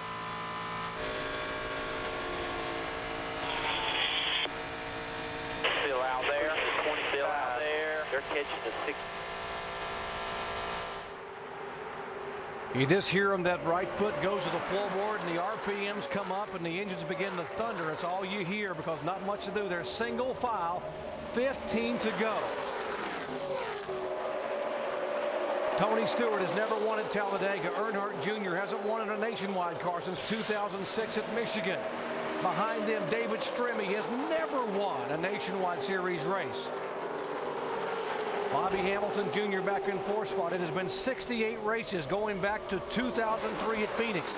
How hungry are those guys behind the top 2 to win here at Talladega? You'll see Mike Wallace up on the outside. He's got Greg Biffle right, literally on his bumper. And David Reagan was behind him trying to push and trying to make something happen here. I wish those Nation wide guys, a lot of luck in trying to pass those 2 front guys, because that's 2 tough customers. But man, what a push he's getting right now. You know, you're in a tough position right there in Mike Wallace. You got that big push. He could have jumped down in there in third, right behind Dale Jr., but you have such a big push, and you've got that, you think you can just keep bringing that momentum on. It may work out for him anyway, but it's going to be tight to see whether he can get himself back in line. Now what he's going to do is hope his buddies will line up behind him, and it looks like a few of them are right here. This outside lane might have something going. Tony Stewart pulls him by 4 car lengths. Earnhardt Jr. trying to hold on to second with help from Stremme. Mike Wallace getting help from former series champion Greg Biffle in the 16 up high. Here comes Wallace with pushing from Biffle. Can he get around the 20 car? Dave. Crew Chief Bruce Cook told me I did something this week that I really hate to do. It's called ending practice early. But Mike said the car is right. They stopped about 20 minutes early during practice on Thursday. And when Mike Wallace says the car is where he wants it to run at a restrictor plate track, a young crew chief like Bruce Cook listens. And right now, he still runs at the pack. But those two guys got away again, Doc. Dale Earnhardt Jr. just glued to the rear of Tony Stewart's Toyota. This still could be a disadvantage for these two cars to get that far out in front. If these guys behind can line up and get some momentum, when they do catch these two guys, they will have enough momentum to go past them. Everybody in practice on Thursday said Tony Stewart had the car to beat. Even his teammate Kyle Busch said Stewart is really tough. Watch him mixing it up behind him for third, fourth, and fifth. Here's the scramble. Stremme now has the 16 car. A veteran driver in Greg Biffle to give him a push. Yeah, that's going to be interesting, and just what you were talking about there, they're going to have a lot of momentum as they get to those guys, and with they're going to be close to 10 laps to go. It'll be interesting to see if they choose to stay in line or if they're going to choose to use that momentum and try to go on by. Andy, that's what we saw a year ago when the two Kevin Harvick cars teamed up, and it was Tony Stewart and Bobby Labonte. They ran the leaders down in the final lap and made the pass coming out of turn 4 to take the win away. That's what I love about Talladega and this particular aero package, because it does make for some great racing. You see, now we've already got this pack closed back up on Tony Stewart. And Dale Earnhardt Jr. is going to have some help from behind if he's going to beat Tony. So he needs these cars. And you see he's getting some help right there from David Stremme. Yeah, that's a very difficult position to sit in right there. Guys are beating on your bumper. You're wanting to stay there to wait for that time. Junior's showing a lot of patience right now. Jamie? Well, DJ, you guys were talking about the fact that Tony Stewart has never won here in a nationwide car. His 4 starts here, his first 4, he did not finish. Last year, he was beat by 5/100ths of a second by Bobby Labonte. He's ended up on his roof. He's been beat by a slim margin. And in the Cup side, guys, he's never won here either. It's one of the few tracks Tony Stewart has never won at. You can bet he's got a lot on the line, and he wants this win more than anything so far this season, guys. 23 times Tony Stewart has come to Talladega, 18 in a Cup car. As you mentioned, 5 in a nationwide car. He's finished second 7 times. Proverbial bridesmaid at Talladega. He said that's going to end today, although Dale Earnhardt Jr., David Stremme, and Bobby Hamilton say, I don't think so. We got a shot, and we're going to try to get by you. But the question is, how do they do it? Well, they're going to do it by Junior leading them up there, trying to do that. He's going to drop back here shortly. He wants to stay right on the bumper right now. He knows that this is basically going to be a last lap pass. He doesn't want to make that move any sooner than that to give them the opportunity to go back by him. So he's going to get back about that far, keep the 64 on his bumper, and hopefully get that push. Shannon? Yeah, well, I spoke to Chad Walters moments ago. I asked him when he thought Dale Jr. was going to make his move. He told me, you know, we were hanging back. We were trying to conserve some fuel. But just over the radio, guys, Dale Jr. said, let Tony know my temperature is good. If he wants to drive hard, I'm ready. Comes Greg Biffle on the outside. I really think Greg Biffle is going to figure into the finish of this race because he's the one that's been making these moves. You see him pull out a line on these guys. He's not content with just riding in line. Yeah, he's not content, but I'm not sure his car is fast enough to get in that situation right there. He hasn't really shown that all day. It'll be interesting to see, and it looks like he's got a lot of grill opening right there in comparison. So I'm questioning whether he can get out there and really be the one to go to the front. He's got a lot of want to. I don't know if he's got enough car. Absolutely, yeah. Greg Biffle, 18-time winner, former series champion, full-time Cup driver, the Roush Fenway team in the 16 car. Greg Biffle knows what happens at Talladega, and we ask him about the big one. How do you stay out of them, and what happens to you after you see one? I've got through some of the more spectacular accidents here than anywhere I have ever in my life. But I never make it to the end because I get caught up in the next one. You dodge one and suddenly you're in one. Yeah, you just never know, because, I mean, you got 10 cars there still racing hard and trying to win the race, so anything can happen at any time. You've got guys that are losing some patience right now. They want to go, and so they're going to hit you just a little bit harder now than what they did at the beginning of the race. Biffle showing some muscle in that Ford up high, trying to go around the Chevy of Earnhardt, trying to reel in the Toyota of Tony Stewart. You see, he gets that big push, but the 7 car of Mike Wallace can't stay there with him to continue that. But he keeps fighting back on the outside, and it's going to be, I don't know. They've got 4 good cars lined up there. It'll be interesting to see if they can get to that 20 car. What was it our Brad Doherty said today? This today is going to be about beverages, burgers, burning rubber. Did he say Biffle too? He could have, because it looks like he's a man on a march. Here's Junior giving Tony another shove. He's gotten away from the 64 just a little bit, giving Tony a shove. And we see Biffle now has the opportunity to jump down in the 3rd. So he's got himself 2 spots further up than what he was whenever he started making that move. So now I think you're going to see Dale Earnhardt Jr. really watching that mirror, because he wants to use that momentum from that 16 car, Greg Biffle, to push him by Tony Stewart. Now, Dale, how much does Tony back up? How much does he try to back out and not let DJ or not let Earnhardt Jr. get away from him and get a run? Yeah, you got to be careful there, and that's a very fine line of backing out of the gas and knowing exactly where they're at. You want to bring them to your bumper, but you don't want to give them that opportunity to have that momentum and be able to go by you on the outside. And then it's not like you can just slam the throttle back down and it's going to take back off. It takes a little time to build that momentum back up. Tony Stewart set on the pole at Daytona in the season opener and led 46 laps to take the victory. It's the same car, the 20 car. The car behind him, the 5 car, is the one that Casey Mears led the most laps here a year ago. It is a great Talladega car that Earnhardt Jr. is in. Okay, it's 5 laps to go, Dale. Is it too soon for Junior to make his move? Yeah, I'm still saying this is a last lap deal. If he can wait. Caution's out, debris, 3 and 3. 4 somewhere. Well, it's definitely going to be about last lap because we got a caution now. Caution number 8, debris coming off a car up in turn number 4. So the yellow flag will wave for the 8th time. There's a sizable piece of sheet metal, and you got to put the caution flag out because these cars come by and it whips up on the track. It could be in serious damage. That came down across the racetrack, and there's more up on the track there, so the caution out for the 8th time today. And this is the reason that NASCAR has that one opportunity rule to get your car fixed and up to speed, because they don't want this stuff to really fly off these cars and spoil the finish of a race like we kind of saw here. I mean, this race was really brewing, and then we had to throw a caution for this sheet metal on the racetrack. Well, this sort of sets up a bit of a deja vu from last year. Remember what happened? We had a yellow flag late in the race, and it looked like the guys up front were going to win it, but it was all about teamwork.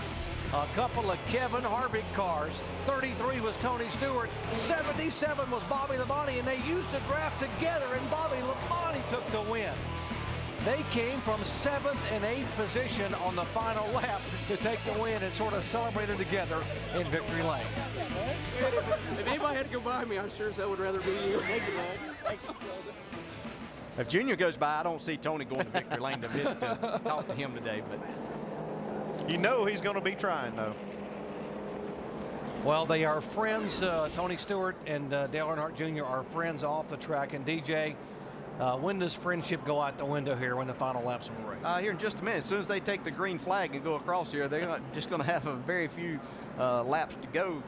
And it's going to be every man for themselves. People are up here talking. We talked about the spotters earlier. They're talking about who's going to go with whom. But you literally just have to go with wherever you feel like your car will run and wherever you feel like you have that air.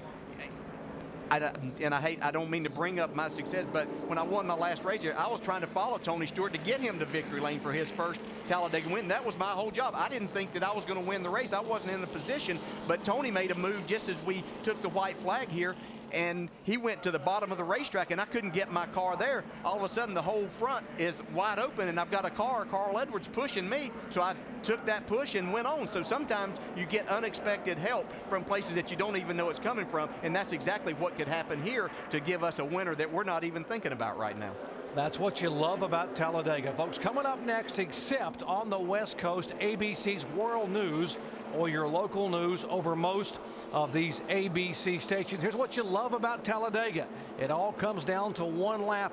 Hold on, folks. Let's check in with Mike in the pits. And, Doc, it's the best of times. It's the worst of times for the 20 team. Of course, they're out front with a dominant race car, but you've got really the king of this racetrack right behind you. What's this like for you in these closing laps?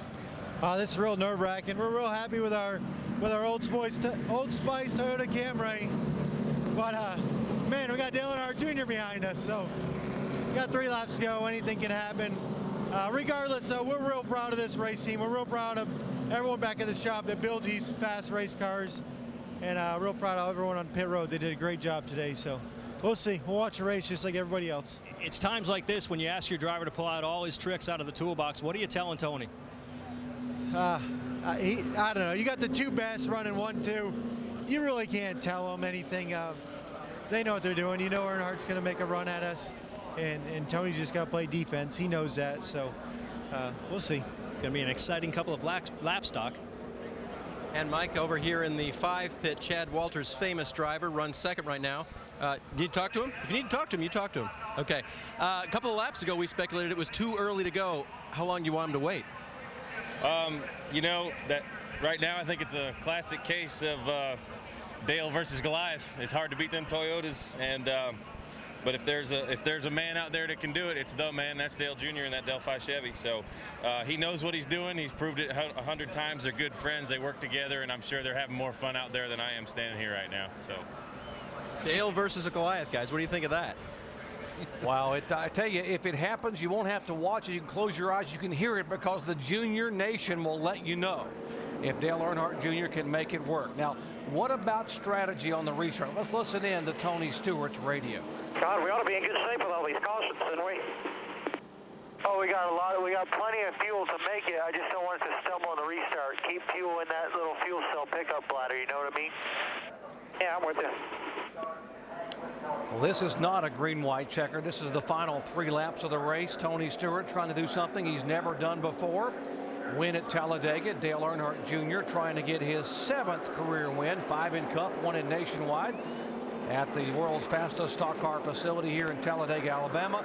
And that's why these NASCAR fans are on their feet. They love it. They know what's about to happen, folks. Cinch up your seatbelts at home on the sofa. It's going to be a good one here in the final 3 laps. What they were talking about with Tony was to make sure that, you know, when he goes to hit the gas right here in just a second, that his carburetor responds and he can get a good run to start this. Green flag waves. Greg Biffle right glued to the rear of Dale Earnhardt Jr. How long do you wait? How long does Earnhardt Jr. wait, and where does he make that move? Yeah, I think now with this situation with the going back green, as soon as Junior can feel that push and get that opportunity, I think that he goes. So he's going to take the first opportunity, like you said, with that momentum. And you see these guys bump drafting down the straightaway. Entering turn 3, they will come out of turn 4. Remember, the start-finish line is all the way down in turn 1. As they come down this time, it will be the white flag. Tony Stewart now pulls him by 2 car lengths. Yeah, but normally Junior had been staying right on Tony's bumper, but he knows he's got to get back and get that help from behind to get that run at this point. And that's what he's done, is back off there a little bit to get Greg Biffle on his bumper to get that push. He should have enough momentum to get beside the 20 car by the time they get to the backstretch. He's backed off to get some help in the draft, but they're now scattering 2 wide behind him. Here he comes out of turn 2. Did he get enough momentum? Can he get enough momentum? Here they come. Here he comes on the outside. Listen to this crowd as Dale Earnhardt Jr. runs door to door with Tony Stewart. Can he stay there? Well, they both got help now, so that didn't work in Junior's favor. Check out Leffler on the outside. You're still clear. They were 3 wide. Now they're 4 wide. Back to 8th position. Start-finish line is all the way down in turn 1. Will they have a shot? Tony Stewart trying to hold on. David Stremme trying to stay in 2nd spot. Here they come. Boys, we won at Talladega. Stewart takes the win at Talladega for the very first time in his career.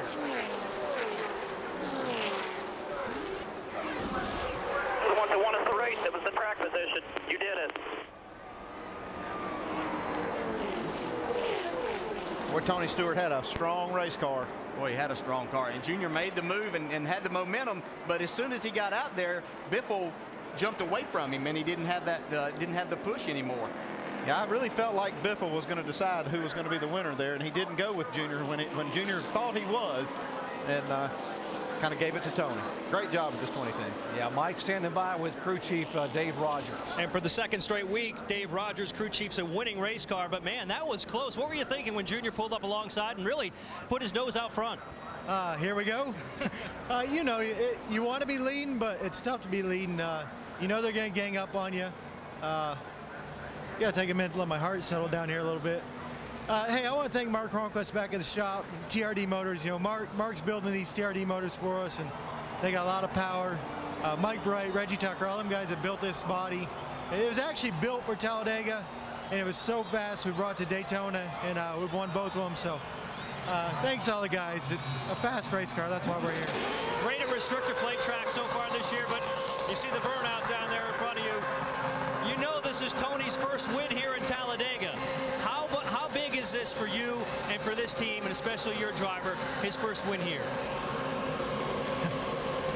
That motor is junk right now because he's killing the rev chip, but it's really big. You know, Tony and I and Zippy worked together for a lot of years, and anytime we get Tony in the car and we can have success with him, it's special.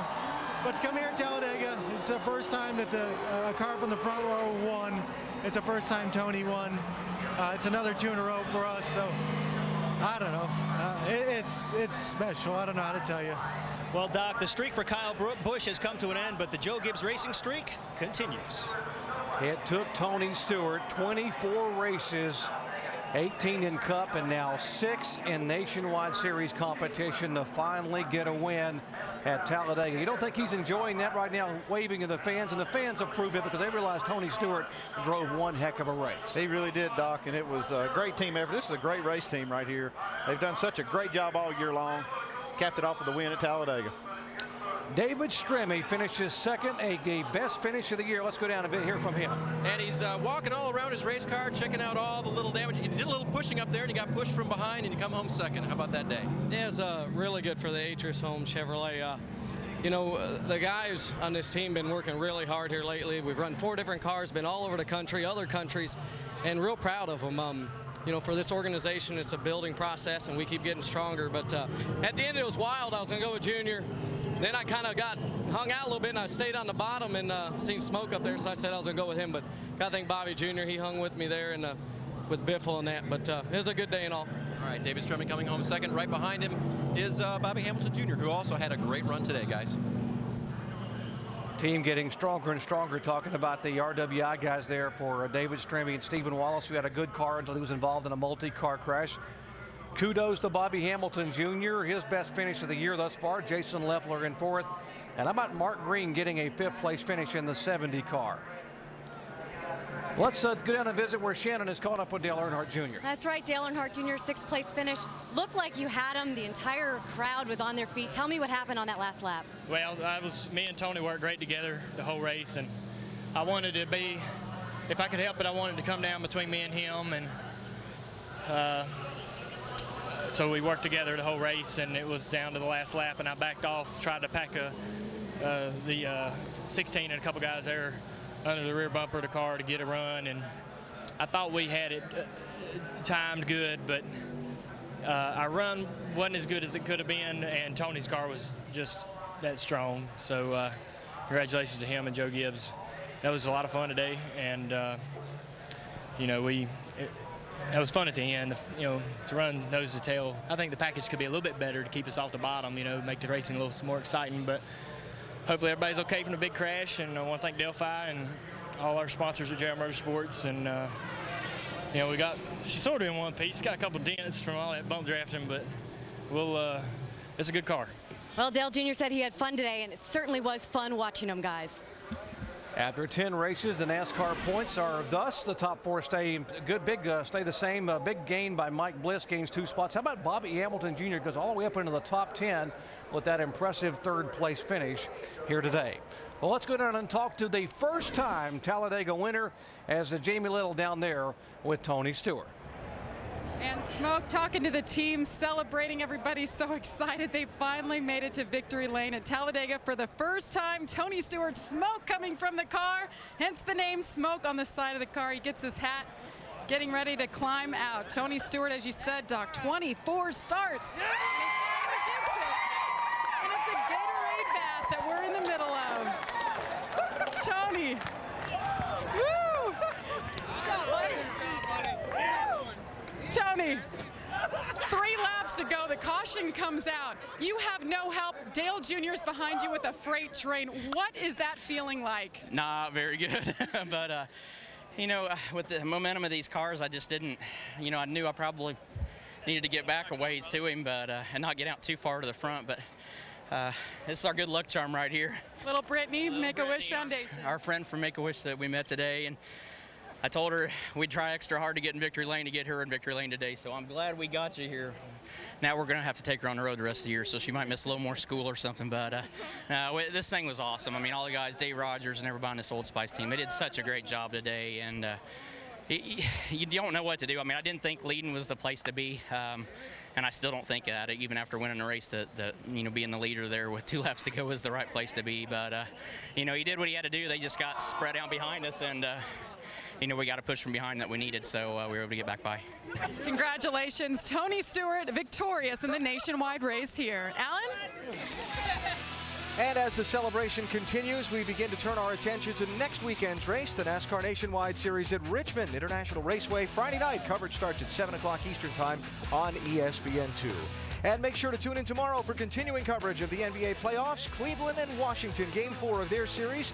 And then at 3:30 Eastern, the defending NBA champion Spurs at the Phoenix Suns in Game 4. Coverage starting at 12:30 Eastern on ABC.